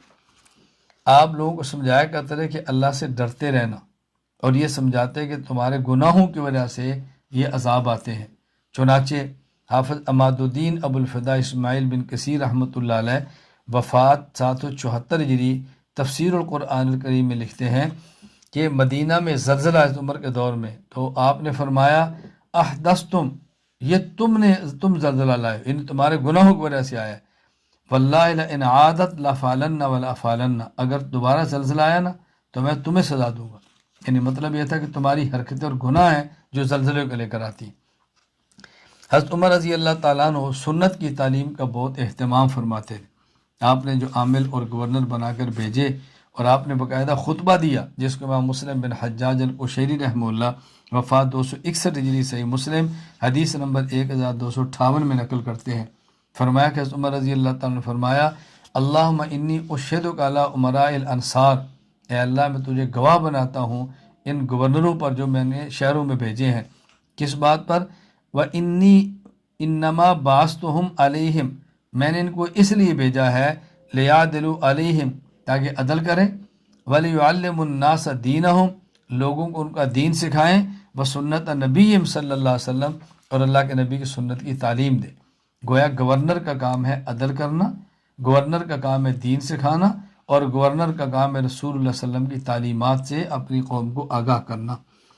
حضرت عمر رضی اللہ تعالیٰ عنہ کس حد تک نمازوں کا اہتمام کرتے اور کس حد تک اپنے آس پاس کے لوگوں کی نمازوں کا اہتمام کرتے، ایک واقعہ سے بات فرمائے۔ حضرت مالک بن انس رضی رحمہ اللہ وفات 179 ہجری موطا میں یہ نقل کرتے ہیں، باب فضل صلاۃ الفجر فی الجماعہ، حدیث نمبر 243۔ حضرت عمر بن خطاب رضی اللہ تعالیٰ نے فجر کی نماز میں سلیمان ابی حسمہ کو دیکھا کہ وہ نہیں تھے۔ حضرت عمر رضی اللہ بازار کی طرف گئے۔ حضرت وکان مندر، سلیمان کا گھر جو تھا بازار اور مسجد کے درمیان میں تھا۔ حضرت سلیمان، حضرت سلیمان کی والدہ سے ملاقات ہوئی تو آپ نے فرمایا کہ آج فجر کی نماز میں تمہارے بیٹے سلیمان نہیں تھے، کیوں؟ انہوں نے فرمایا بات یصلی فغلبتہ عیناہ، وہ رات پوری نوافل پڑھتے رہے اور صبح ان کی آنکھ لگ گئی اور فجر کی نماز میں شریک نہیں ہو سکے۔ حضرت عمر نے فرمایا لأن اشہد صلاۃ الصبح احب الی من ان اقوم لیلۃ، کہ پوری فرمایا کہ فجر کی نماز میں شریک ہونا میرے نزدیک پوری رات بیدار ہو کر نوافل پڑھنے سے بہتر ہے۔ اس حد تک اہتمام ہوتا ہے فرائض کا۔ حضرت عمر رضی اللہ تعالیٰ عنہ حج کی حفاظت کی تعلیم کیسے دیتے؟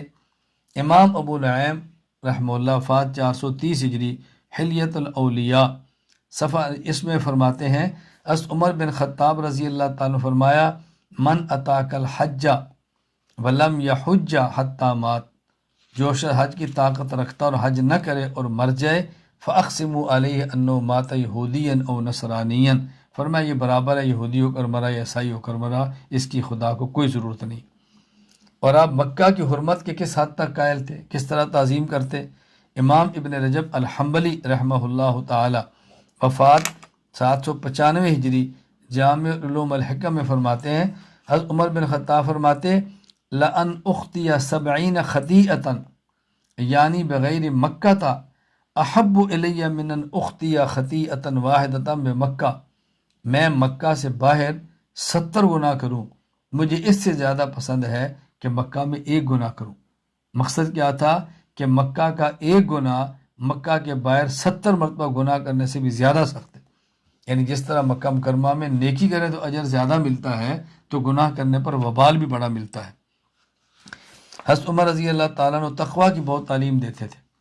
امام ابو بکر عبداللہ بن محمد ابن ابی شیبہ رحمہ اللہ وفات 235 ہجری المصنف حدیث نمبر 8975 فرماتے ہیں حضرت عمر رضی اللہ تعالیٰ فرمایا لیس الصیام من الطعام والشراب وحدہ، روزہ نہ کھانے اور نہ پینے کا نام نہیں ہے، ولکن من الکذب والباطل واللغو، روزہ اس بات کا نام ہے کہ جھوٹ سے بچو، ناحق بات کہنے سے بچو، حتیٰ کہ فضول باتیں مت کرو، روزہ اس چیز کا نام ہے۔ آپ تواضع اور عاجزی کی بہت تعلیم دیتے کہ عاجزی اختیار کرو۔ چنانچہ امام ابو بکر احمد بن حسین بن علی البیہقی رحمہ اللہ وفات 458 ہجری شعب الایمان للبیہقی حدیث نمبر 7790 فرماتے ہیں عابس بن ربیع رحمہ اللہ حضرت عمر رضی اللہ تعالیٰ عنہ نے فرمایا ایھا الناس تواضعوا، اے لوگو تواضع اور عاجزی اختیار کرو، میں نے رسول اللہ صلی اللہ علیہ وسلم فرماتے سنا ہے من تواضع للہ رفعہ اللہ، جو شخص اللہ کے لیے عاجزی کرتا ہے اللہ اس کو بلندیاں دیتے ہیں۔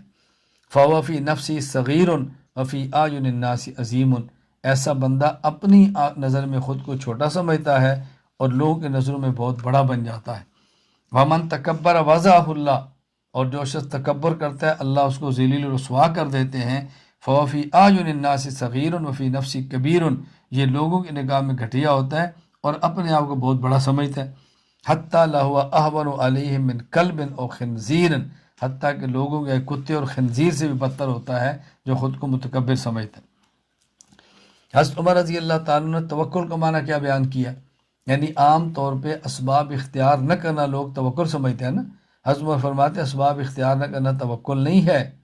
حضرت عمر نے کیا بیان فرمایا؟ امام ابو بکر عبداللہ بن محمد بن عبید البغدادی رحمہ اللہ، وفات 281 ہجری، کتاب التوکل علی اللہ، حدیث نمبر 10، فرماتے ہیں حضرت عمر رضی اللہ تعالیٰ عنہ کچھ لوگوں سے ملے جو یمن کے تھے۔ فرمایا من انتم، تو کون ہو؟ انہوں نے کہا نحن المتوکلون، ہم متوکل ہیں۔ آپ نے فرمایا لا بل انتم متکلون، تم متوکلون نہیں ہو، تم متکلون ہو۔ متکلون کا معنی کیا ہے؟ کہ تم نے دوسروں کے مال پر بھروسہ کیا ہو، یعنی اپنے اسباب نہیں رکھیں گے، دوسروں سے مال کھائیں گے، تو تم متوکلون نہیں ہو بلکہ تم متکلون ہو۔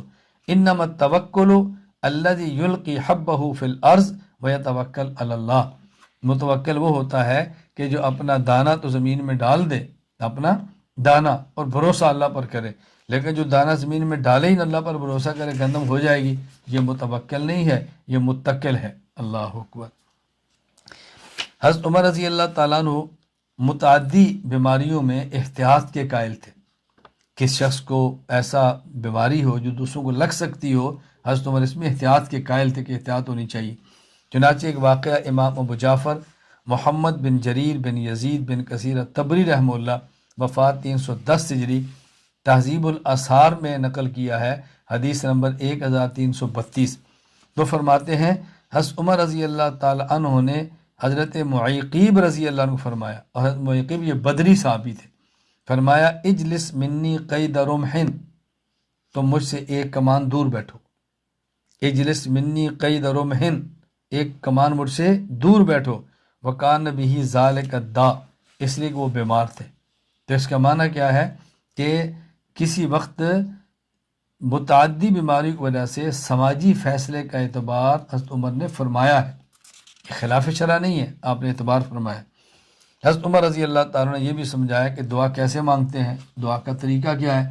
امام ابو عبداللہ محمد بن عبداللہ رحمہ اللہ، وفات 405 ہجری، مستدرک علی الصحیحین، حدیث نمبر 1967، فرماتے ہیں حضرت عمر نے فرمایا کہ رسول اللہ صلی اللہ علیہ وسلم کا معمول یہ تھا، کان اذا مد یدیہ فی الدعاء، جب آپ ہاتھ دعا کے لیے پھیلا دیتے، لم یردہما حتی یمسح بہما وجہ، اللہ کے نبی صلی اللہ علیہ وسلم دعا جب ہاتھ پھیلاتے تو جب تک آپ اپنے چہرے کے اوپر ہاتھوں کو مل نہیں لیتے تھے، آپ دعا ختم نہیں فرماتے، یعنی آپ یوں دعا فرماتے یوں، اور آخر میں یوں فرما لیتے یوں۔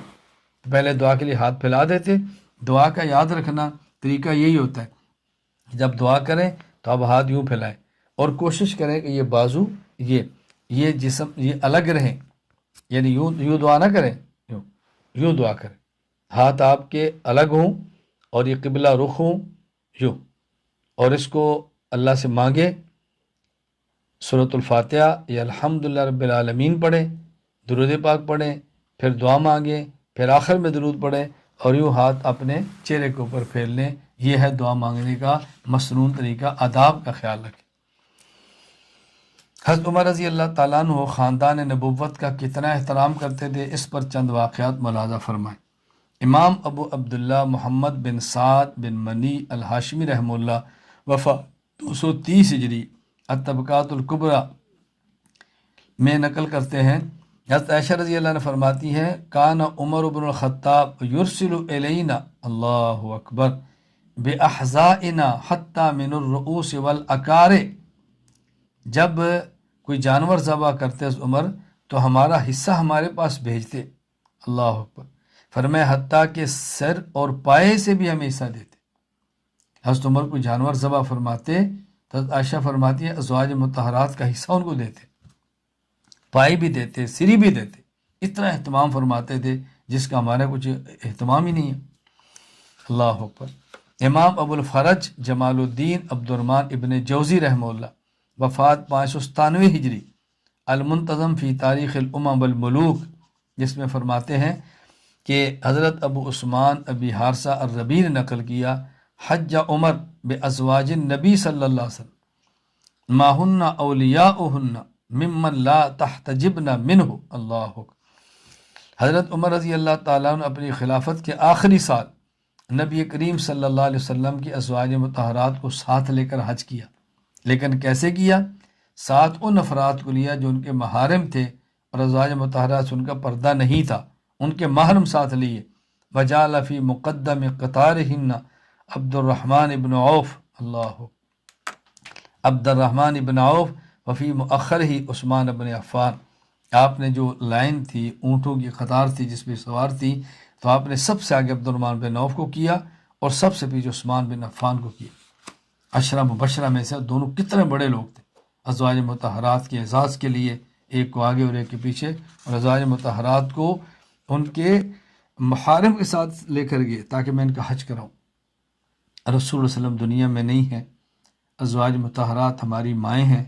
حضرت عمر کتنا ان کا اعزاز فرما رہے ہیں کہ شاید اگلے سال میں زندہ نہ رہوں، چلو میں سب کو حج کراتا ہوں، اپنے محارم کو ساتھ لے لو.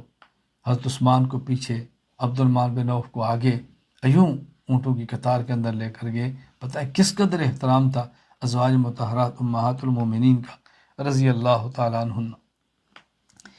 امام ابو عبداللہ محمد بن عبداللہ بن محمد الحاکم رحمہ اللہ، وفات 405 ہجری، المستدرک علی الصحیحین، حدیث نمبر 4789. واقعہ نقل کرتے ہیں حضرت عمر رضی اللہ تعالیٰ عنہ حضرت فاطمہ رضی اللہ عنہ کی خدمت میں حاضر ہوئے. فرمایا یا فاطمہ واللہ ما رأیت احدا احب الی رسول اللہ صلی اللہ علیہ وسلم من کے. فاطمہ میں اللہ کی قسم اٹھا کر کہتا ہوں حضور سے زیادہ کوئی آپ کو محبوب بچی نہیں تھی. واللہ ما کان احد من الناس بعد ابیک صلی اللہ علیہ وسلم احب الی من. تمہارے والد کے بعد تم سے زیادہ مجھے کسی سے محبت نہیں کہ تم رسول اللہ علیہ وسلم کی لخت جگر ہو اور آپ کی چہیتی بیٹی ہو. کس طرح ازواج مطہرات سے پیار کیا جا رہا ہے. حضرت حسین رضی اللہ عنہ عقیدت کا عالم دیکھیں. امام ابو القاسم علی بن حسن بن ہبۃ اللہ المعروف بن عساکر رحمہ اللہ وفات 571 ہجری. تاریخ دمشق حضرت حسین کے واقعے کے تعلق لکھتے ہیں کہ حضرت عمر رضی اللہ تعالیٰ عنہ نے حضرت حسین ابن علی سے فرمایا کہ کوئی ضرورت ہو تو آپ میرے پاس تشریف لاؤ، جب بھی ضرورت ہو تو میرے پاس آیا کرو. حضرت حسین ان کے پاس آئے. راستے میں عبداللہ بن عمر سے ملاقات ہوگی. حضرت حسین نے پوچھا عبداللہ بن عمر تم کہاں سے آ رہے ہو؟ فرمایا میں اپنے والد سے عمر کے پاس گیا ملنے کے لیے، تو میں نے اجازت مانگی تو مجھے اجازت نہیں ملی. اللہ اکبر. مجھے اجازت نہیں ملی. حضرت حسین واپس چلے گئے کہ جب عبداللہ بن عمر کو اجازت نہیں ملی تو مجھے کیسے اجازت ملے گی. حضرت عمر رضی اللہ تعالیٰ عنہ کی پھر ملاقات ہوگی. آپ نے حضرت حسین سے فرمایا کہ میں نے آپ سے کہا تھا کہ کوئی ضرورت ہو تو میرے پاس آؤ. سبحان اللہ. ما منع کا یا حسین و انتاتینی، یا حسین تم ہمارے پاس کیوں نہیں آتے؟ حضرت حسین نے عرض کی، فرمایا قد اتیتو کا، میں آپ کے پاس آیا تھا، ولیکن اخبرنی عبداللہ ابن عمر انہ لم یؤذن، سبحان اللہ، لم یؤذن لہ علیک، تو ان کو اجازت نہیں ملی ملاقات کی. فرجعت میں واپس آ گیا. یعنی میں آیا تھا، آپ کے بیٹے سے ملاقات ہوئی، ان کو ملاقات کی اجازت نہیں ملی تو میں واپس ہو گیا کہ جب ان کو نہیں ملی مجھے کیسے ملے گی. حضرت عمر فرمانے لگے وَأَنْتَ عِنْدِي مِثْلَ، أَنْتَ عِنْدِي مِثْلَ. اللہ، کیا پیارے جملے ہیں. فرمایا وَأَنْتَ عِنْدِي مِثْلَ، أَنْتَ عِنْدِي مِثْلَ، کیا تم عبداللہ بن عمر کی طرح ہو، کیا تم عبداللہ بن عمر کی طرح ہو. وَهَلْ أَنْبَتَ الشَّعْرَ عَلَى الرَّأْسِ غَيْرُكُمْ، ہمیں جو عزت ملی وہ تو تمہاری وجہ سے ملی ہے، کوئی تمہارے علاوہ میں کسی نے عزت دی ہے. کہاں عبداللہ بن عمر، کہاں آپ؟ مطلب کیا کہ اس کو اجازت ملے نہیں ملے، آپ تشریف تو لائیں. سبحان اللہ، سبحان اللہ. کیسی بات آپ نے ارشاد فرمائی. دیکھیے ایسی بات سمجھیں، اپنے وہ بڑے جن سے عزت ملتی ہے، اپنے وہ بڑے جن سے عصمت ملتی ہے، اپنے وہ بڑے جن سے ہماری دین و دنیا چمکتی ہے، ان کی اولاد کا احترام کرنا سیکھیں، ان کی اولاد کو عزت دینا سیکھیں، ان کی اولاد کو عزت دینا سیکھیں. یہ ان کا حق ہے کہ ان کی اولاد کا احترام کیا جائے. حضرت عمر رضی اللہ عنہ جملہ فرمایا تھا بَهَلْ أَنْبَتَ الشَّعْرَ عَلَى الرَّأْسِ غَيْرُكُمْ، اس کا لفظی ترجمہ کیا ہے؟ کیا سر پہ بال تمہارے علاوہ کسی نے اگائے ہیں؟ یہ عربی کا محاورہ ہے، یعنی سر پہ بال ہونا یہ عزت کی علامت ہے، خوبصورتی کی علامت ہے۔ تو یہ فرمایا تھا کہ یعنی عربی کا محاورہ ہے، جب کسی کو عزت دے تو کہتے ہیں کہ سر پہ بال کو تمہارے علاوہ تو کسی نے نہیں دیے، تمہاری وجہ سے ہمارے سر پہ بال ہے، یعنی تمہاری وجہ سے ہماری عزت ہے۔ جیسے ہماری زبان میں کہا جاتا ہے کہ ہماری پگڑیاں بلند تمہاری وجہ سے، ہم سر اٹھا کے تمہاری وجہ سے چلتے ہیں۔ حضرت عمر بن خطاب رضی اللہ تعالیٰ عنہ حضرات حسنین کریمان کو کیسی عزت دیتے تھے؟ علامہ شمس الدین ابو عبداللہ محمد بن احمد بن عثمان ذہبی رحمہ اللہ وفات 748 ہجری سیر اعلام النبلاء میں واقعہ نقل کرتے ہیں، ان عمر رضی اللہ عنہ کسا ابناء الصحابہ، حضرت عمر رضی اللہ تعالیٰ عنہ نے صحابہ کی اولادوں میں چادریں تقسیم کی، لباس تقسیم کی۔ وَلَمْ يَكُنْ فِي ذَلِكَ مَا يَصْلُحُ لِلْحَسَنِ وَالْحُسَيْنِ، حضرت عمر کی رائے میں کوئی ایسا لباس نہیں تھا جو حسن و حسین کی شان کے لائق ہو۔ فَبَعَثَ إِلَى الْيَمَنِ، آپ نے مدینہ منورہ سے یمن بندہ بھیجا۔ فَأُتِيَ بِكِسْوَةٍ لَهُمَا، اور ان کے لیے اسپیشل وہاں سے کپڑے منگوائے۔ فقال الآن طابت نفسی، جب یہ لباس وہاں سے تیار ہو کر آیا فرمایا اب میرا دل خوش ہوا ہے، اب میرا دل خوش ہوا ہے، ان شہزادوں کے لباس اب ملا ہے۔ کس طرح احترام تھا رسول اللہ صلی اللہ علیہ وسلم کی اولاد کا۔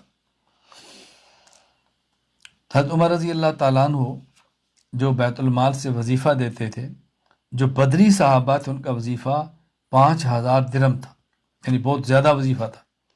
حضرت عمر رضی اللہ تعالیٰ عنہ نے حسنین کریمان کو بدری صحابہ کے برابر وظیفہ دیا ہے۔ امام شمس الدین محمد بن احمد بن عثمان ذہبی رحمہ اللہ وفات 748 ہجری سیر اعلام النبلاء میں لکھتے ہیں، ان عمر لما دون الدیوان الحق الحسن والحسین بفریضۃ ابیہما، حضرت عمر رضی اللہ تعالی عنہ نے جب مالی امداد کی فہرستیں بنوائیں تو حسن اور حسین کو اتنا دیا جتنا ان کے والد کو دیتے تھے۔ کیوں؟ لقرابتہما بالرسول اللہ صلی اللہ علیہ وسلم، اس لیے کہ ان کی اللہ کے نبی صلی اللہ علیہ وسلم سے رشتہ داری تھی۔ جس طرح 5000 درہم والد کو دیتے تو 5000 دونوں بیٹوں کو دیتے۔ حضرت عمر رضی اللہ عنہ کیسے ان کی تعظیم کرتے تھے؟ امام ابو عروہ معمر بن راشد الازدی رحمہ اللہ وفات 153 ہجری الجامع لمعمر میں لکھتے ہیں کہ لما اتیا عمر بکنوز کسرا، حضرت عمر کے پاس جب کسرا ایران فتح ہوا اور وہاں کے خزانے آئے، فرمایا انقیر لہم بالساع ام نحس، ہم یہ جو مدینہ میں تقسیم کریں گے تو ان کو تول کر تقسیم کریں یا میں یوں ہاتھوں میں ڈال کے دوں، کیسے دوں؟ فقال علی بل احسوا لہم، حضرت علی نے کہا کہ حضور آپ تول کے نہیں، آپ ہاتھوں سے یوں ناپ کے دیں، مٹھی بھر کے دیں۔ ثم دا حسن بن علی، آپ نے حسن بن علی کو بلایا، سبحان اللہ، ثم دا حسن بن علی اول الناس فحصا لہ، سب سے پہلے حسن بن علی کو بلایا اور یوں ان کو دیا۔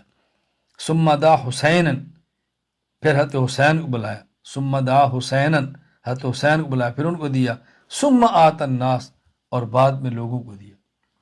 کیا ہم بھی ایسے کرتے ہیں کہ ہمارے اپنے وہ بڑے جن سے ہمیں عزت ملی ہو، عظمت ملی ہو، دین ملا ہو، اگر ہمارے پاس کوئی چیز آئے کہ ہم ایسے کرتے ہیں؟ پہلے ان بڑوں کی اولاد کو دیں اور اس کے بعد اپنی اولاد کو دیں، پہلے بڑوں کی اولاد کو دیں اور پھر اپنے آپ کو دیں، ایسے کرتے ہیں؟ حضرت عمر کا آپ رویہ دیکھیں۔ یہ میں بار بار گزارش کرتا ہوں، یہ سب چیزیں پڑھنے کا معنی کیا ہے کہ ہم اس پر عمل کریں، ہم اس کے مطابق زندگی گزاریں، یہ ہماری زندگی کا حصہ بنے۔ اللہ ہمیں بات سمجھنے کی توفیق عطا فرمائے۔ حضرت عمر رضی اللہ تعالیٰ عنہ صحابی بھی ہیں، اللہ اکبر، مراد پیغمبر بھی ہیں، امیر المومنین بھی ہیں، اور عرب و عجم کے بادشاہ بھی ہیں، رسول اللہ صلی اللہ علیہ وسلم کے مبارک سسر بھی ہیں، اور کس قدر میں ان کے فضائل بیان کروں۔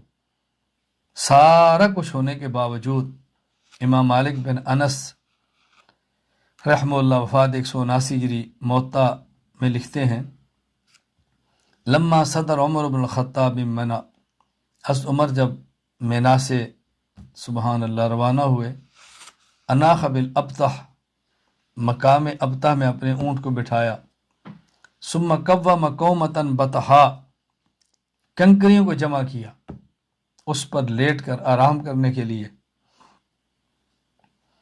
ثم طرح علیہا رداءہ، پھر اپنی چادر اس پر بچھا دی، بس تلقا، اور آپ لیٹنے لگے، ثم مد یدیہ الی السماء، اپنے ہاتھ آسمانوں کی طرف اٹھا لیے اور عرض کرنے لگے اللہم کبرت سنی، اللہ اب میری عمر بہت ہو گئی ہے، وضعفت قوتی، اللہ میری جسمانی قوت کمزور ہو گئی ہے، وانتشرت رعیتی، اللہ میری رعایا پرامن خوشحال ہو کر پھیل گئی ہے، فاقبضنی الیک غیر مزیئن ولا مفرط، سبحان اللہ، یا فاقبضنی الیک غیر مزیئن ولا مفرط، اے اللہ مجھے اس حال میں اٹھا دے کہ میرا دامن عجز و ملامت سے پاک ہو، بس مجھے اس طرح اٹھا لے اللہ، میں ضائع بھی نہ ہوں اور میں نے زیادتی بھی نہ کی ہو، مجھے یوں اٹھا لے، بس یہ آپ نے دعا مانگی اور اس کے بعد پھر آپ مدینہ منورہ کی طرف روانہ ہوئے۔ آپ کی تمنا کیا ہے؟ امام ابو القاسم سلیمان بن احمد بن ایوب شامی طبرانی رحمہ اللہ، وفات 360 ہجری، المعجم الاوسط حدیث نمبر 2795، لکھتے ہیں حفصہ رضی اللہ تعالیٰ عنہ حضرت عمر کی بیٹی، رسول اللہ صلی اللہ علیہ وسلم کی بیوی، حضرت عمر کو دعا مانگتے ہوئے دیکھتی ہیں۔ آپ فرماتے اللہم قتلا فی سبیلک وفاتن فی بلد نبیک، اللہم قتلا فی سبیلک وفاتن فی بلد نبیک، اے اللہ میری خواہش ہے کہ میں تیرے راستے میں شہید ہوں اور تیرے نبی کے شہر میں میری وفات ہو صلی اللہ علیہ وسلم۔ حفصہ نے کہا میں نے عرض کیا انا یکون ھذا، ابا جی کیسے ہو سکتا ہے؟ فرمایا یأتی بہ اللہ انشاء، اللہ نے چاہا تو بیٹی ایسا ہی ہوگا۔ یعنی کیسے ہو سکتا ہے؟ آپ کو میدان جہاد میں جانے نہیں دیا جا رہا کہ آپ ذمہ دار ہیں، آپ سے امور وابستہ ہیں، جب آپ جائیں گے نہیں تو شہید باہر کیسے ہوں گے؟ اور مدینہ میں ممکن نہیں ہے کوئی شخص آپ کو شہید کرے بظاہر، یہ کیسے ہوگا؟ فرمایا بیٹی ایسے ہوگا۔ پھر دیکھیں ہوا، مدینہ منورہ میں شہید ہوئے، اللہ اکبر۔ ایک اور روایت موجود ہے کہ حضرت عمر رضی اللہ تعالیٰ عنہ نے ایک بار خطبہ دیا ممبر پر، اور آپ نے فرمایا کہ ان فی الجنت قصرا، جنت میں ایک محل ہے، اللہ اکبر، اور اس محل کے غالباً 100 دروازے ہیں، اور ہر دروازے پر غالباً 1000 یا کتنے، فرمایا اتنی حوریں ہیں، فرمایا لا يدخل فی الا نبی، اس میں نبی ہی جائے گا۔ پھر کہا ہنی اللہ کا یا صاحب ھذا القبر، حضور آپ کو مبارک ہو، او شہید او صدیق، یا صدیق جائے گا۔ پھر فرمایا ہنی اللہ کا یا صاحب ھذا القبر، ابو بکر آپ کو مبارک ہو، او شہید، یا شہید جائے گا۔ پھر فرمایا ان لک شہادت یا عمر، عمر یا مدینہ میں تجھے کیسے شہادت ملے گی؟ پھر آپ فرمانے لگے ان اللہ الذی اخرجنی من مکہ الی دار الہجرہ قادر علی ان یسوق علی الشہادہ، اللہ اس بات پر قادر ہے جو اللہ عمر کو مکہ سے مدینہ لایا، وہ شہادت کو باہر سے مدینہ لے آئے۔ بالآخر عمر رضی اللہ تعالیٰ مدینہ منورہ میں شہید ہوئے۔ آگ وفات سے کچھ قبل حضرت ابو موسیٰ اشعری رضی اللہ تعالیٰ عنہ نے ایک خواب دیکھی۔ امام ابو زید عمر بن شبہ بن عبیدہ النمیری رحمہ اللہ، وفات 262 ہجری، تاریخ المدینہ میں نقل کرتے ہیں کہ ابو موسیٰ اشعری رضی اللہ تعالیٰ عنہ فرمایا کہ میں نے رات ایک خواب دیکھی ہے کہ میں نے بہت سارے گھوڑے پکڑے ہیں، آہستہ آہستہ گھوڑے کمزور ہونا شروع ہو گئے، ختم ہونا شروع ہو گئے، ایک گھوڑا رہ گیا، اور میں نے اس کو چلایا یہاں تک میں ایک پہاڑ پر پہنچا، وہاں میں نے دیکھا کہ رسول اللہ صلی اللہ علیہ وسلم پہاڑ پر موجود ہیں، اور آپ کے پہلو میں ابو بکر صدیق رضی اللہ عنہ ہے۔ رسول اللہ صلی اللہ علیہ وسلم عمر کی طرف اشارہ فرمایا اور یہ فرمایا انا للہ و انا راجعون، اللہ اکبر، انا للہ و انا راجعون، مات، واللہ امیر المومنین۔ اب یہ حضرت ابو موسیٰ اشعری فرما رہے ہیں، اس کی تعبیر میں یہ سمجھا کہ امیر المومنین کی وفات کا وقت قریب آ گیا۔ تو جب یہ جملہ کہا تو انس کہتے ہیں میں نے کہا الا تکتب بہذا الی، آپ ان کو یہ بتاتے کیوں نہیں؟ فرمایا ما کنت لانعى له نفسا، میرا جی نہیں چاہتا کہ ان کی وفات کی خبر ان کو دوں، بل میں نے دیکھا مجھے لگتا ہے کہ ان کے جانے کے وقت قریب آ گیا۔ حضرت عمر رضی اللہ تعالیٰ عنہ پر قاتلانہ حملہ ہوا، نماز کے دوران ہوا۔ اس کے باوجود آپ دیکھیں کہ آپ کو ادائیگی قرض کی کتنی فکر ہے، آپ کو نماز کی ادائیگی کتنی فکر ہے، یعنی اپنی ذمہ داریوں کتنا احساس ہے حضرت عمر رضی اللہ تعالیٰ عنہ کو حملے کے وقت بھی۔ یہ تفصیل سے واقعہ امام ابو عبداللہ محمد بن اسماعیل بخاری رحمہ اللہ، وفات 256 ہجری، صحیح بخاری حدیث نمبر 3700 نقل فرماتے ہیں۔ حضرت امام بخاری رحمہ اللہ واقعہ بیان فرماتے ہیں کہ حضرت عمر رضی اللہ تعالی جس دن شہید ہوئے، اللہ اکبر، عمر بن ممون اپنا چشمدید واقعہ تابعی ہے، فرمایا انی لقائم ما بین بینی و بینہ الا عبداللہ بن عباس غداۃ اصیب، میرے حضرت عمر کے درمیان عبداللہ بن عباس رضی اللہ عنہما تھے۔ اذا مر بین الصفین قال استووا، آپ صفوں سے گزرتے اور فرماتے صفیں درست کرو۔ حتی اذا لم یرا فیہن خللا تقدم فکبر، ایک صف سیدھی کرتے پھر آپ آگے بڑھتے۔ وربما قرأ سورۃ یوسف او النحل، بس اگر سورہ یوسف پڑھتے یا سورۃ النحل پڑھتے، اللہ اکبر، او نحو ذالک، اس طرح لمبی صورت پڑھتے فی رکعۃ الاولی حتی یجتمع الناس، تاکہ لوگ دوسری رکعت کے اندر زیادہ شامل ہو جائیں۔ فما ہوا الا ان کبر فسمعت یقول قتلنی او قال اکلنی الکلب، کہتے ادھر آپ نے تکبیر کہی تو میں نے فوراً سنا کہ آپ کی آواز آ گئی ہے کہ مجھے کسی نے قتل کر دیا یا کسی نے کاٹ لیا، کسی کتے نے۔ حین طعنہ فطار العلج بسکین ذات طرفین لا یمر ولا احد یمینا ولا شمالا الا طعنہ حتی طعن 13 رجلا مات منہم 7۔ العلج جس شخص کا نام تھا، اس نے حملہ کیا، پھر دوڑا، اس کے ہاتھ میں جو چھری تھی وہ دو دھاری دار تھی، تو جو آتا اس کو مارتے۔ اس نے 13 شخصوں کو زخمی کیا، جن میں 7 شہید ہو گئے۔ کہتا ہے جب یہ بات ایک شخص مسلمانوں میں دیکھی، طرح علی برنس، اس نے اوپر چادر پھینکی، اس کو پکڑ لیا پکڑنے کے لیے۔ فلما ظن العلج انه ماخوذ نحر نفسا، جب اس کو پتہ چلا میں پکڑا جاؤں گا تو اس نے خودکشی کر لی۔ حضرت عمر رضی اللہ تعالیٰ عنہ نے اس حالت میں عبد الرحمن بن عوف کا ہاتھ پکڑا، ان کو آگے کیا کہ تم نماز پڑھو۔ جو حضرت عمر کے قریب تھے وہ تو دیکھ رہے تھے، اور باقی جو دور تھے ان کو نہیں پتہ چلا کیا ہے، بس اتنا پتہ چلا کہ ان حضرت عمر کی آواز نہیں گئی نماز پڑھانے کی۔ حضرت عبد الرحمن بن عوف رضی اللہ تعالیٰ عنہ نے مختصر سی نماز پڑھا دی، نماز سے فارغ ہوئے تو حضرت عمر رضی اللہ تعالیٰ عنہ عبداللہ بن عباس سے فرمایا کہ دیکھو مجھے کس نے قتل کیا، انظر من قتلنی، مجھے مارا کس نے؟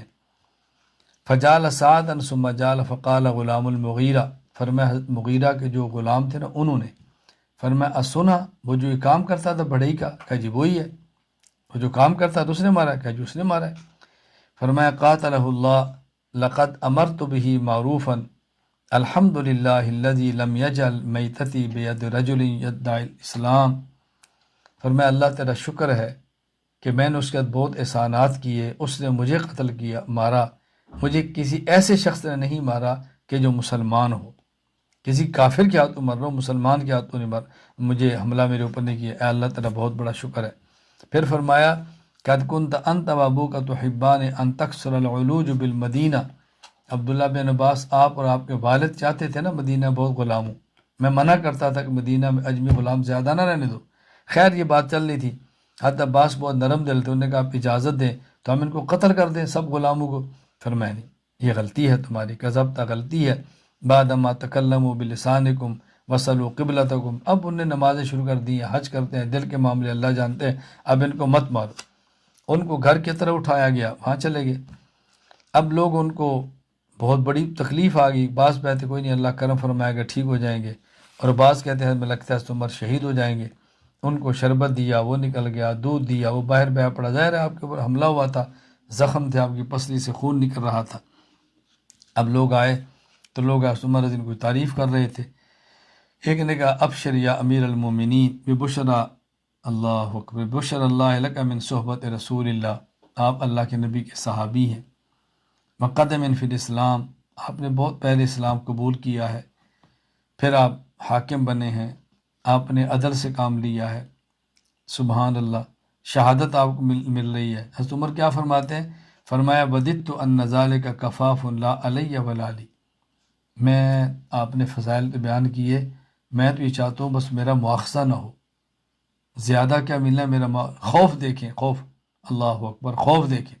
حضرت عمر رضی اللہ فلما ادبر اذا ازارہ یمس الارض قال ردوا علی الغلام قال ابن اخی ارفع ثوبک فانه انقى لثوبک، سبحان اللہ، واتقى لربک یا عبداللہ ابن عمر انظر ماذا علی من الدین، کہ آپ نے بیٹے کو بلایا، فرمایا کہ دیکھو یہ میرے اوپر قرض کتنا ہے، قرض دیکھو، قرض شمار کیا گیا، فباجدوا 86,000 86,000 حضرت عمر کے اوپر قرض تھا، 86,000 حضرت عمر پر قرض تھا۔ حضرت عمر فرمانے لگے اگر یہ قرض عمر کی اولاد کے مال سے پورا ہو تو ادا کر دو، اگر نہ ہو تو بنی عدی بن کعب ادا کریں، اگر ان سے بھی پورا نہ ہو تو پھر قریش سے پوچھو، اگر ان سے بھی پورا نہ ہو تو پھر بیت المال سے ادا کر دو۔ حضرت عمر رضی اللہ تعالیٰ عنہ دنیا سے جا رہے ہیں، اپنی جگہ پر مصلی پر امام بھی کھڑا کر رہے ہیں، نماز ہو رہی ہے، اپنے قرض کی ادائیگی کی وصیت بھی فرما رہے ہیں۔ کس حد تک اہتمام ہے فرائض کی ادائیگی کا۔ یہاں ایک بات بہت اچھی طرح سنیں، مجھے ایک صاحب ملے یا استنبول میں، تو مجھے بڑے وہ فخر سے کہنے لگے الحمدللہ میرے اوپر 1 روپیہ بھی قرض نہیں ہے۔ میرے قرض کا تذکرہ ہوا مجھ پر کتنا قرض ہے، کہتے ہیں الحمدللہ مجھ پر 1 روپیہ بھی قرض نہیں ہے۔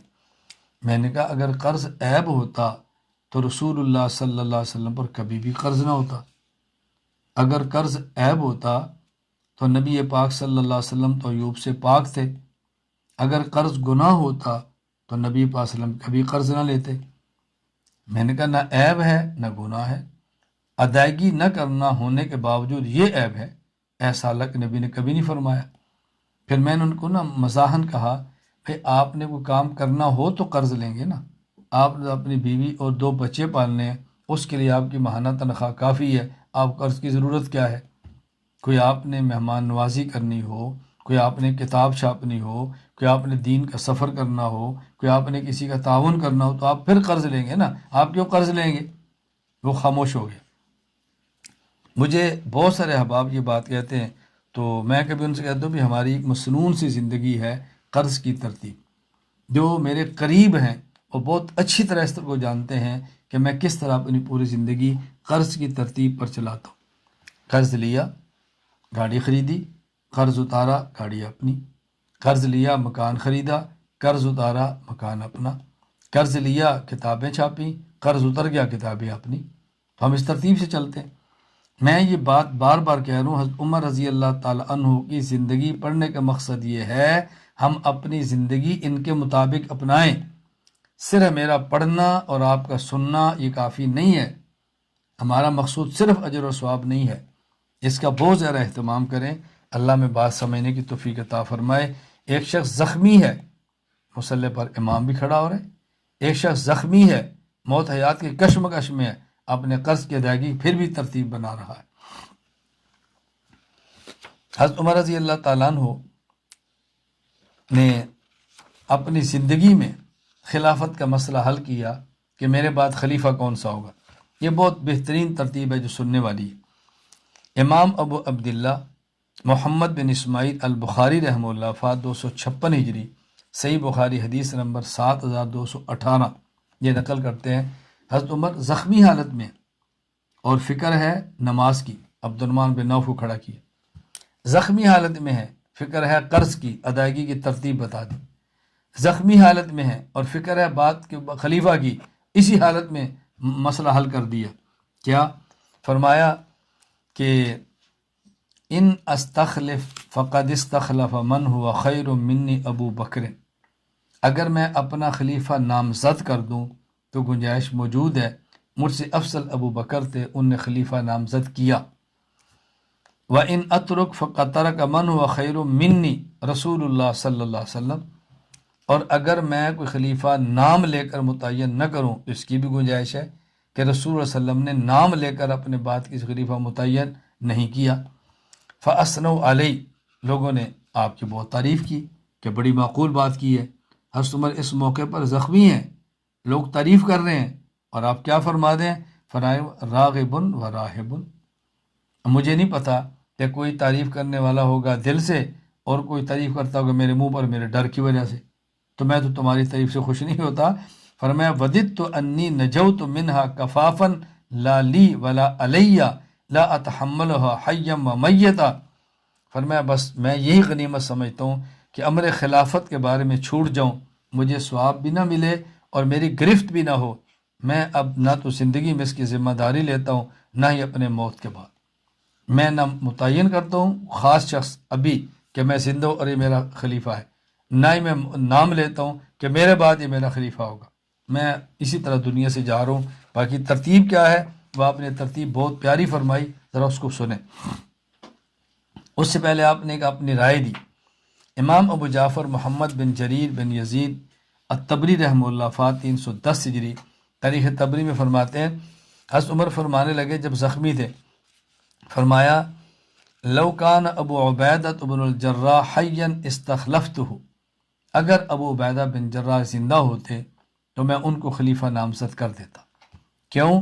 فإن سألنی ربی، اگر اللہ مجھ سے پوچھتے تو نے ابو عبیدہ کو خلیفہ کیوں بنایا تو میں کہتا سمعت نبیک یقول انہ امین هذه الامہ، میں نے سنا تھا آپ کے پیغمبر نے فرمایا تھا کہ یہ اس امت کے امین ہیں، میں نے اس لیے بنایا۔ ولو کان سالم مولا ابی حذیفہ حیا استخلفتہ، اگر حضرت سالم حضرت ابو حذیفہ کے غلام آج زندہ ہوتے میں ان کو خلیفہ بنا دیتا۔ کیوں؟ فإن سألنی ربی قلت سمعت نبیک، اگر اللہ مجھ سے پوچھتا کیوں بنایا تو میں کہتا ہے اللہ تیرے نبی نے فرمایا تھا ان سالما شدید الحب للہ، سالم اللہ سے بہت پیار کرتا ہے تو میں نے اس لیے بنا دیا۔ وہ دونوں دنیا میں نہیں ہیں، اس کا معنی ہرگز یہ نہیں ہے کہ حضرت عمر ان کوئی دوسروں پر فضیلت کے قائل تھے، یہ ہے کہ آپ نے جزوی بات کی، اگر میں حب کو دیکھتا تو یہ تھا، امانت کو دیکھتا تو یہ تھا، خلافت کے تو اور اوصاف بھی چاہیے نا۔ اب خلیفہ کس کو بنانا چاہیے؟ حضرت عمر رضی اللہ تعالیٰ نے چند ایک باتیں فرمائی، میں اس کو ترتیب پہلے باتیں بتاتا ہوں پھر حوالے پیش کرتا ہوں۔ فرمایا میں 6 افراد کے نام لیتا ہوں، عثمان، علی، عبد الرحمن بن عوف، طلحہ، زبیر اور سعد، یہ 6۔ دوسرا کام، یہ 6 آپس میں مشورہ کریں اور 7ویں عبداللہ بن عمر کو بطور مشیر بنا لیں۔ نمبر 3، یہ افراد 3 دن کے اندر فیصلہ کریں، 3 دن سے زیادہ فیصلہ تاخیر نہ ہو۔ نمبر 4، ابو طلحہ انصاری اور مقداد بن اسود رضی اللہ عنہما، یہ ان دونوں نگران ہیں اس انتخابی عمل اور انتخابی شورا کے۔ نمبر 5، صحابہ کو حکم دیا کہ جب افراد شورا کسی کے خلیفہ ہونے پر اتفاق کر لیں آپ اس کو خلیفہ مان لو اور جو مخالفت کرے اس کی گردن اڑا دو۔ نمبر 6، یہ فرمایا اگر یہ 6 افراد میں سے 3 ایک طرف ہو جائیں اور 3 دوسری طرف ہو جائیں تو پھر حضرت عبداللہ بن عمر کو ثالث بناؤ، جو وہ فیصلہ کریں اس کو مان لو۔ نمبر 7، فرمایا اگر 3 ایک طرف ہوں 3 ایک طرف ہوں، عبداللہ بن عمر فیصلہ کریں اور اس ثالث کی بات نہ مانی جائے تو اس کا حل یہ ہے کہ ایک طرف 3 ہے ایک طرف 3 ہے، تو یہ دیکھو عبد الرحمن بن عوف کس طرف ہے، جس طرف عبد الرحمن بن عوف ہیں رضی اللہ عنہ، ان 3 کی بات مان کے خلیفہ کا فیصلہ کر۔ اور نمبر 8، یہ جو 3 دن مدت ہے مشورے کی، اس میں امامت حضرت صہیب رومی رضی اللہ عنہ کریں گے، فی الوقت امام یہ ہوں گے، اس کے بعد پھر خلیفہ امام بنے گا، فی الحال امام یہ بنے گا۔ چنانچہ اس پر روایات اور عبارات ملاحظہ فرمائیں۔ امام ابو عبداللہ محمد بن اسماعیل بخاری رحمہ اللہ وفات 256 ہجری، صحیح بخاری حدیث نمبر 3700، فرماتے ہیں ما اجد احدا احق بهذا الامر من هؤلاء النفر اب الرہط الذین توفی رسول اللہ صلی اللہ علیہ وسلم وهم عنہم راز فسما۔ یہ 6 افراد ہیں، میں ان سے بہتر کسی کو نہیں سمجھتا خلافت کے لیے۔ اللہ کے نبی جب دنیا سے رخصت ہوئے آپ ان سے راضی تھے، علی، عثمان، زبیر، طلحہ، سعد، عبد الرحمن رضی اللہ عنہ۔ نمبر 2، امام ابو عبداللہ محمد بن اسماعیل بخاری رحمہ اللہ وفات 256 ہجری، صحیح بخاری حدیث نمبر 2700، فرماتے ہیں یشہدکم عبداللہ بن عمر ولیس لہ من الامر شیء، اس معاملے میں عبداللہ بن عمر شریک ہوں لیکن امر خلافت کے مستحق یہ نہیں ہوں گے، یعنی ان کو خلیفہ نہیں بنانا۔ نمبر 3، امام ابو عبداللہ محمد بن سعد بن منی الحاشمی بغدادی رحمہ اللہ وفات 230 ہجری، الطبقات الکبریٰ میں نقل کرتے ہیں ولا تترکم یمزس یوم الثالث حتی یؤمروا احدہم، 3 دن کے اندر اندر خلیفہ بناؤ، اس سے زیادہ تاخیر نہیں کرنی۔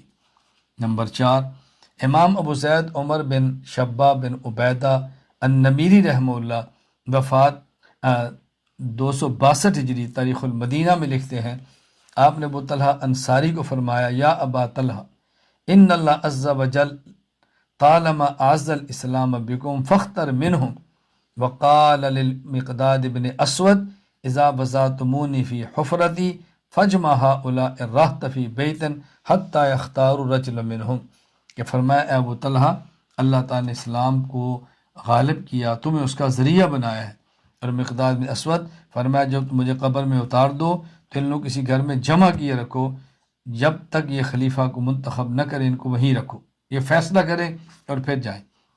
نمبر 5، امام ابو عبداللہ محمد بن سعد البغدادی رحمہ اللہ وفات 230 ہجری، الطبقات الکبریٰ میں لکھتے ہیں وَتَشَاوَرُوا فِي أَمْرِكُمْ وَالْأَمْرُ إِلَىٰ هَؤُلَاءِ سِتَّةٍ فَمَنْ بَعَلَ أَمْرَكُمْ فَاضْرِبُوا عُنُقَهُ یعنی من خالفکم، یہ 6 جب ایک بات کا فیصلہ کر لیں، کسی کو خلیفہ متعین کر لیں، پھر اگر کوئی بندہ ان کی بات نہ مانے اس کی گردن اڑا دو۔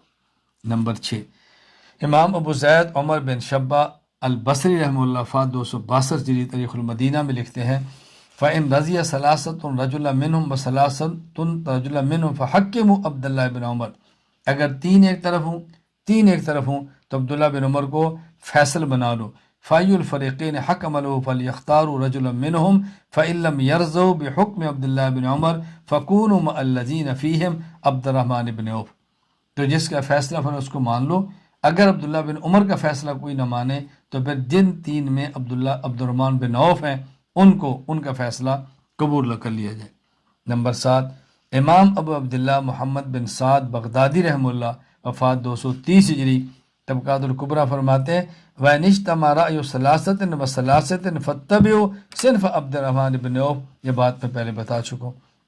نمبر 8، امام ابو عبداللہ محمد بن سعد بغدادی رحمہ اللہ وفات 230 ہجری، الطبقات الکبریٰ میں لکھتے ہیں لِيُصَلِّ لَكُمْ صُہَیبٌ ثَلَاثًا، یہ جو 3 دن مشورے کے ہیں اس میں حضرت صہیب رضی اللہ تعالیٰ عنہ تمہاری امامت کروائیں۔ جو ان کے بعد خلیفہ بنے اس کو کیا کرنا ہے، حضرت عمر نے ان کے لیے بھی ہدایات جاری فرمائی۔ امام ابو عبداللہ محمد بن اسماعیل بخاری رحمہ اللہ وفات 256 ہجری، صحیح بخاری حدیث نمبر 1392، حضرت عمر نے فرمایا اوصِ الخلیفۃ من بعدی بالمہاجرین الاولین خیرا ان یعرف لہم حقہم وان یحفظ لہم حرمتہم، میں اپنے بعد ہونے والے خلیفہ کو وصیت کرتا ہوں وہ مہاجرین اولین کی قربانی کی وجہ سے ان کا بہت خیال کرے، ان کی عزت کا خیال کرے۔ وَأُوصِي بِالْأَنصَارِ خَيْرًا الَّذِينَ تَبَوَّءُوا الدَّارَ وَالْإِيمَانَ أَن يُقْبَلَ مِن مَحَاسِنِهِمْ، اور میں انصار کے بارے میں وصیت کرتا ہوں انہوں نے ٹھکانہ دیا، مومنین کو انہیں سنبھالا، دین کو جگہ دی کہ ان کی نیکیاں قبول کی جائیں، وَيُعْفَى عَن مُسِيئِهِمْ، کوئی ان کی کوتاہی ہو تو اسے درگزر کیا جائے، وَأُوصِيهِ بِذِمَّةِ اللَّهِ وَذِمَّةِ رَسُولِهِ صلی اللہ علیہ وسلم أن يُوفَى لَهُم بِعَهْدِهِمْ وَأن يُقَاتَلَ مِن وَرَائِهِمْ وَأَن لَّا يُكَلَّفُ فَوْقَ طَاقَتِهِمْ، سبحان اللہ، فوق طاقتہم، اور فرمایا کہ میں وصیت کرتا ہوں اللہ کے رسول کے عہد کا خیال کیا جائے، یعنی غیر مسلموں کے ساتھ جو عہد کی وعدے کیے ہیں ان کو پورا کرو، ان کو ستاؤ نہ، جن سے معاہدہ ہے اس کے علاوہ کفار سے قتال کرو، اور ان کو طاقت سے زیادہ تکلیف مت دو ذمیوں کو۔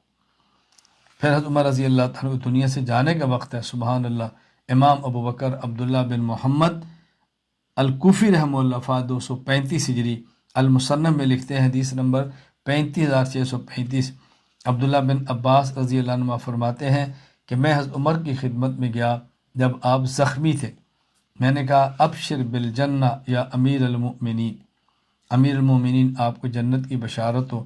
اسلم تحین کفر الناس، لوگ انکار کر رہے تھے، آپ نے کلمہ پڑھا۔ وجاہدت مع رسول اللہ حین خذلہ الناس، لوگ چھوڑ رہے تھے، آپ حضور کا ساتھ دے کر جہاد کر رہے تھے۔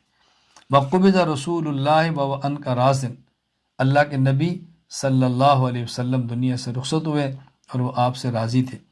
ولم یختلف فی خلافت کا اثنان، آپ کو خلیفہ بنانے میں دو بندوں نے بھی اختلاف نہیں کیا۔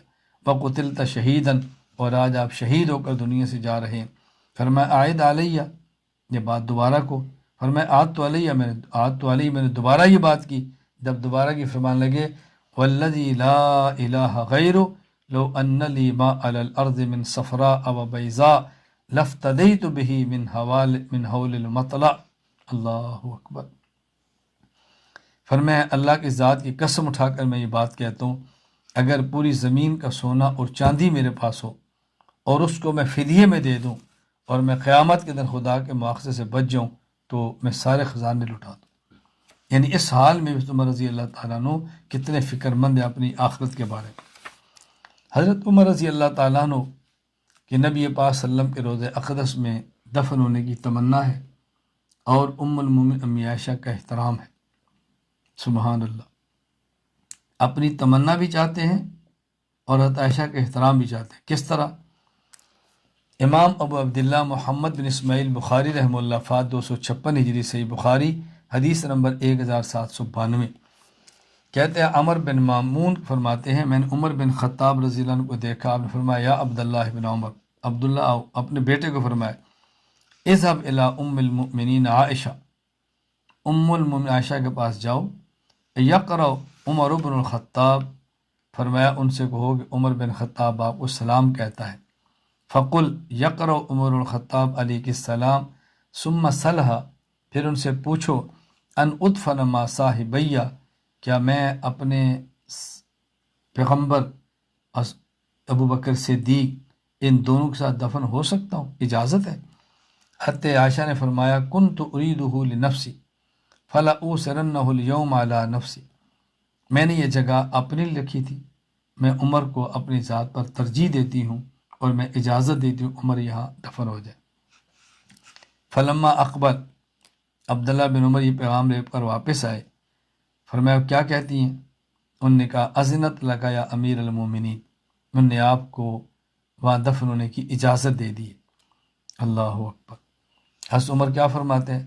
فرمایا ما کان شیء اہم الی من ذلک المضجع، اے بیٹا میرے لیے اہم ترین مسئلہ یہ ہے میں حضرت عائشہ کے گھر اللہ کے نبی صلی اللہ علیہ وسلم اور حضرت ابو بکر کے ساتھ دفن ہو جاؤں، لیکن پھر میری بات کو سنو، فیضا قبضت فاحملونی، جب میری روح پرواز ہو جائے اور دفن کرنے کے لیے تو میری چارپائی کو اٹھاؤ، اللہ ثم سلموا، پھر امی عائشہ کو سلام کرنا، ثم قل یستاذن عمر بن الخطاب، پھر یہ کہنا عمر بن خطاب اجازت لیتا ہے، فَإِنْ أَذِنَتْ لِي فَادْفِنُونِي، اگر وہ اجازت دیں تو مجھے دفن کرنا، وَإِلَّا فَرُدُّونِي إِلَى مَقَابِرِ الْمُسْلِمِينَ، وگرنہ مجھے عام مسلمانوں قبرستان میں دفن کر دینا۔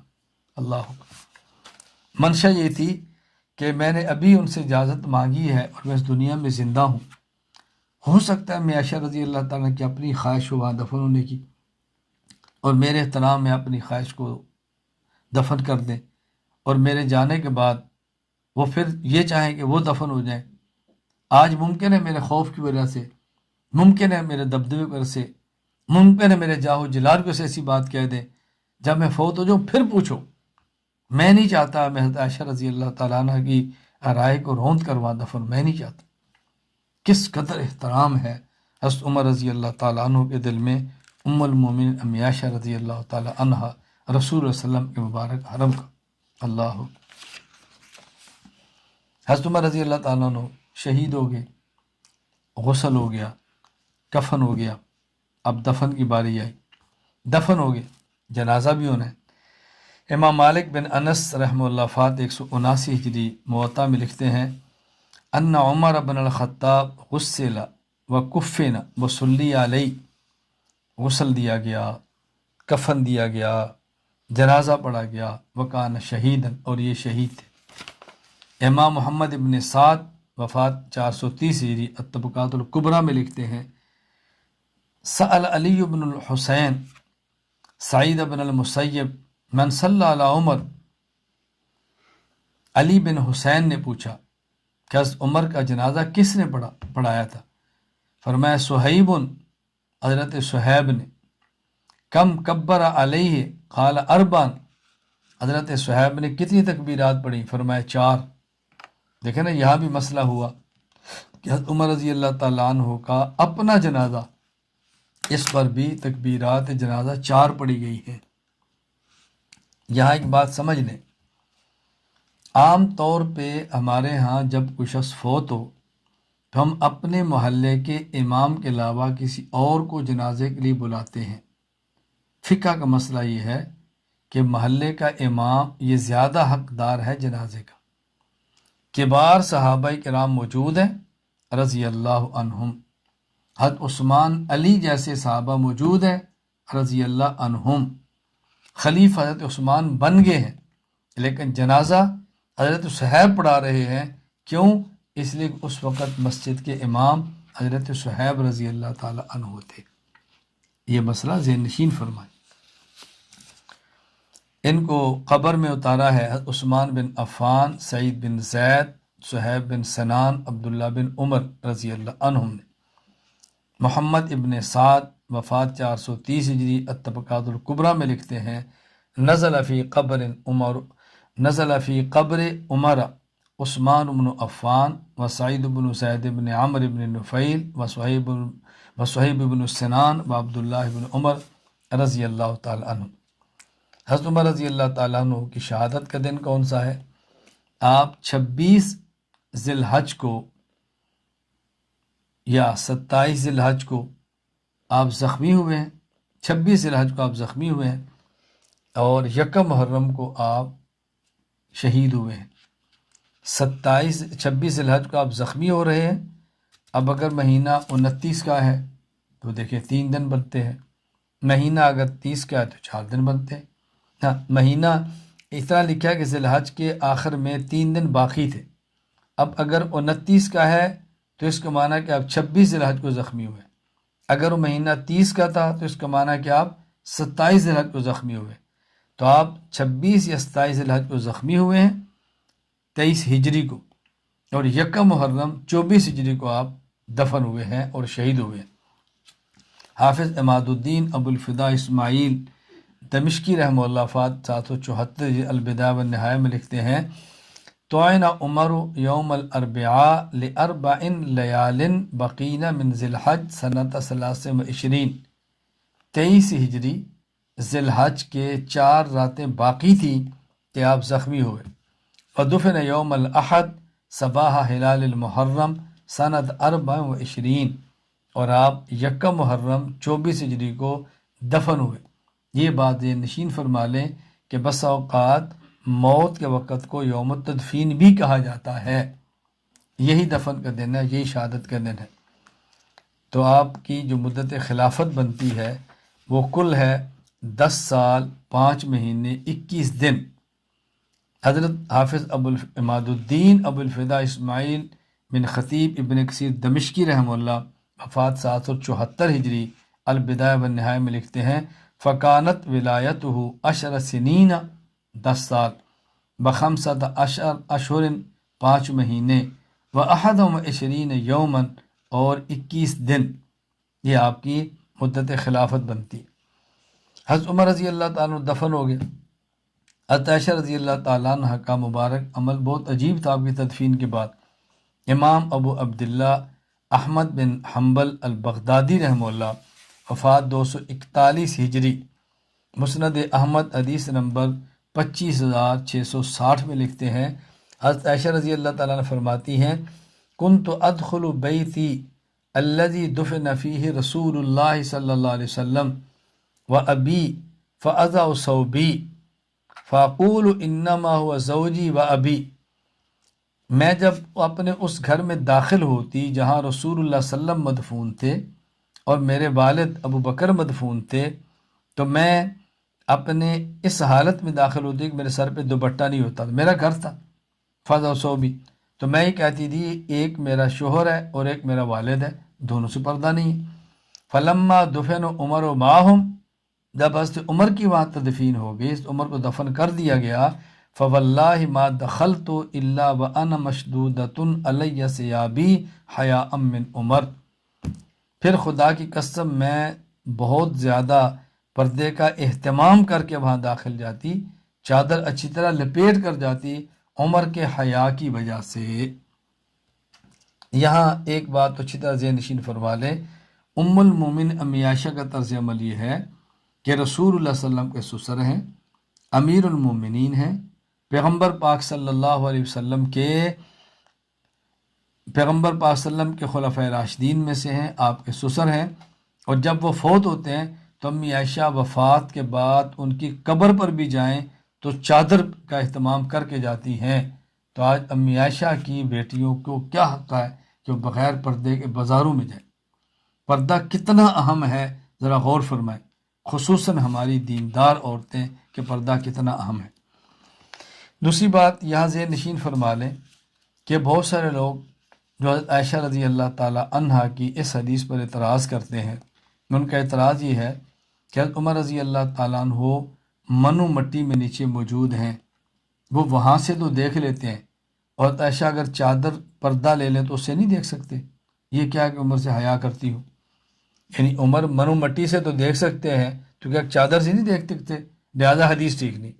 اس کا جواب بہت آسان ہے، میں ہمیشہ آپ کی خدمت میں عرض کیا کرتا ہوں کہ ہمیشہ سوال کا جواب نہیں دیتے، کبھی سوال کا جواب ہوتا ہے اور کبھی سوال پر سوال کا جواب ہوتا ہے۔ یہاں سوال کریں، اگر 1 میٹر چوڑا اور 100 میٹر لمبا لوہا ہو، ایک طرف آپ بجلی کا کرنٹ لگائیں تو فوراً کرنٹ دوسری طرف آئے گا، لیکن اگر یہ جو 1 میٹر موٹا لوہا ہے اور 100 میٹر چوڑا ہے، اگر درمیان سے آدھے انچ نہیں 1/4 انچ کا بھی ربڑ آ جائے تو کرنٹ کراس نہیں کرے گا۔ تو پوچھا جائے 1 میٹر موٹے لوہے سے 100 میٹر لمبے لوہے سے اگر کرنٹ کراس کر سکتا ہے تو 1/4 انچ ربڑ سے کراس کیوں نہیں کرتا؟ کہتے ہیں منو مٹی سے دیکھ سکتے، دوپٹے سے کیوں نہیں دیکھتے؟ آپ پوچھو کیوں نہیں دیکھ سکتا، وجہ پوچھے نا، سوال کریں ان سے، کوئی آپ سے پوچھے تو ہم تو بڑی آسانی سے کہہ سکتے ہیں بھائی جنس کے بدلنے سے حکم بدل جاتا ہے، مٹی کا حکم اور ہوگا، کپڑے کا حکم بدل جاتا ہے، یہ لوہا ہے حکم اور ہے، درمیان میں چمڑا آ گیا حکم اور ہو گیا، حکم بدل جاتا ہے ربڑ آنے سے۔ خیر، لیکن حضرت امی عائشہ رضی اللہ تعالیٰ عنہ کی فہم ہماری فہم سے بالا تر ہے، ایک مسلمان کی شان کے لائق نہیں ہے کہ امی عائشہ رضی اللہ تعالیٰ عنہ کی فہم کے مقابلے میں اپنی فہم کو پیش کرے، اس کو اچھی طرح ذہن نشین فرما لے۔ حضرت عمر رضی اللہ تعالیٰ عنہ کی شہادت پر حضرت علی المرتضیٰ کا میں ایک جملہ نقل کرتا ہوں، کیا فرماتے تھے؟ امام ابو عبداللہ محمد بن اسماعیل بخاری رحمہ اللہ، وفات 256 ہجری، صحیح بخاری حدیث نمبر 3677، وہ فرماتے ہیں کہ حضرت عبداللہ بن عباس رضی اللہ عنہ فرماتے ہیں، انی لواقف فی قوم فیدعون اللہ لعمر بن الخطاب وقد وضع علی سریرہ، میں کھڑا ہوا تھا ایسے لوگوں میں جو عمر کے لیے دعائیں کر رہے تھے۔ حضرت عمر رضی اللہ تعالیٰ اپنی چارپائی پر تھے، میں نے دیکھا میرے پیچھے ایک شخص ہے، قد وضع مرفقہ علی منکبی، اس نے اپنی یہ کونی میرے کندھے پہ رکھی، اور وہ کیا کہتا ہے، رحمک اللہ، اللہ تجھ پر رحم کرے، ان کنت لارجو ان یجعلک اللہ ما صاحبیک لانی کثیر مما کنت اسمع رسول اللہ صلی اللہ علیہ وسلم۔ اللہ اکبر۔ اللہ تعالیٰ آپ کو اپنے دونوں ساتھیوں رسول اللہ صلی اللہ علیہ وسلم اور ابو بکر رضی اللہ عنہ کے ساتھ جمع کرے۔ میں اکثر رسول اللہ صلی اللہ علیہ وسلم کو یہ بات فرماتے سنا کرتا تھا، آپ فرماتے تھے کنت و ابو بکر و عمر، اللہ، کنت و ابو بکر و عمر، میں تھا، ابو بکر تھے، عمر تھے۔ یعنی ابھی کوئی واقعہ بیان فرماتے نا تو فرماتے ہیں کہ ہم تینوں تھے، کنت و ابو بکر و عمر، اور کبھی آپ فرماتے وفعلت و ابو بکر و عمر، یہ کام میں نے، ابو بکر و عمر نے کیا ہے۔ کبھی آپ فرماتے وانطلقت و ابو بکر و عمر، میں، ابو بکر، عمر ہم گئے تھے۔ یعنی ہمیشہ اللہ کے نبی صلی اللہ علیہ وسلم ابو بکر عمر کا نام اپنے ساتھ لیتے تھے۔ فَإِن كُنتُ لَأَرْجُو أَن يَجْعَلَكَ اللَّهُ مَعَهُمَا، مجھے اللہ سے امید ہے اللہ آپ کو انہی کے ساتھ رکھے گا۔ فَالْتَفَتُّ فَإِذَا هُوَ علی بن ابی طالب، اب عبداللہ بن عباس فرماتے ہیں میں نے پیچھے دیکھا تو علی بن ابی طالب تھے رضی اللہ تعالی عنہ۔ یہ میں نے نہایت اختصار کے ساتھ حضرت عمر بن خطاب رضی اللہ تعالی عنہ کی ذات گرامی کی حیات و خدمات کو پیش کیا ہے، نہایت اختصار کے ساتھ۔ ہم انشاءاللہ کل کی نشست میں حضرت عمر بن خطاب رضی اللہ تعالی عنہ کی ذات گرامی پر کیے جانے والے اعتراضات کے جوابات آپ کی خدمت میں پیش کریں گے انشاءاللہ العزیز۔ اللہ تعالی ہمیں ان کا غلام بنائے، ان کا نوکر بنائے، ان کا خادم بنائے، ان کے نقش قدم پر اللہ تعالی ہمیں چلنے کی توفیق عطا فرمائے۔ السلام علیکم ورحمۃ اللہ وبرکاتہ۔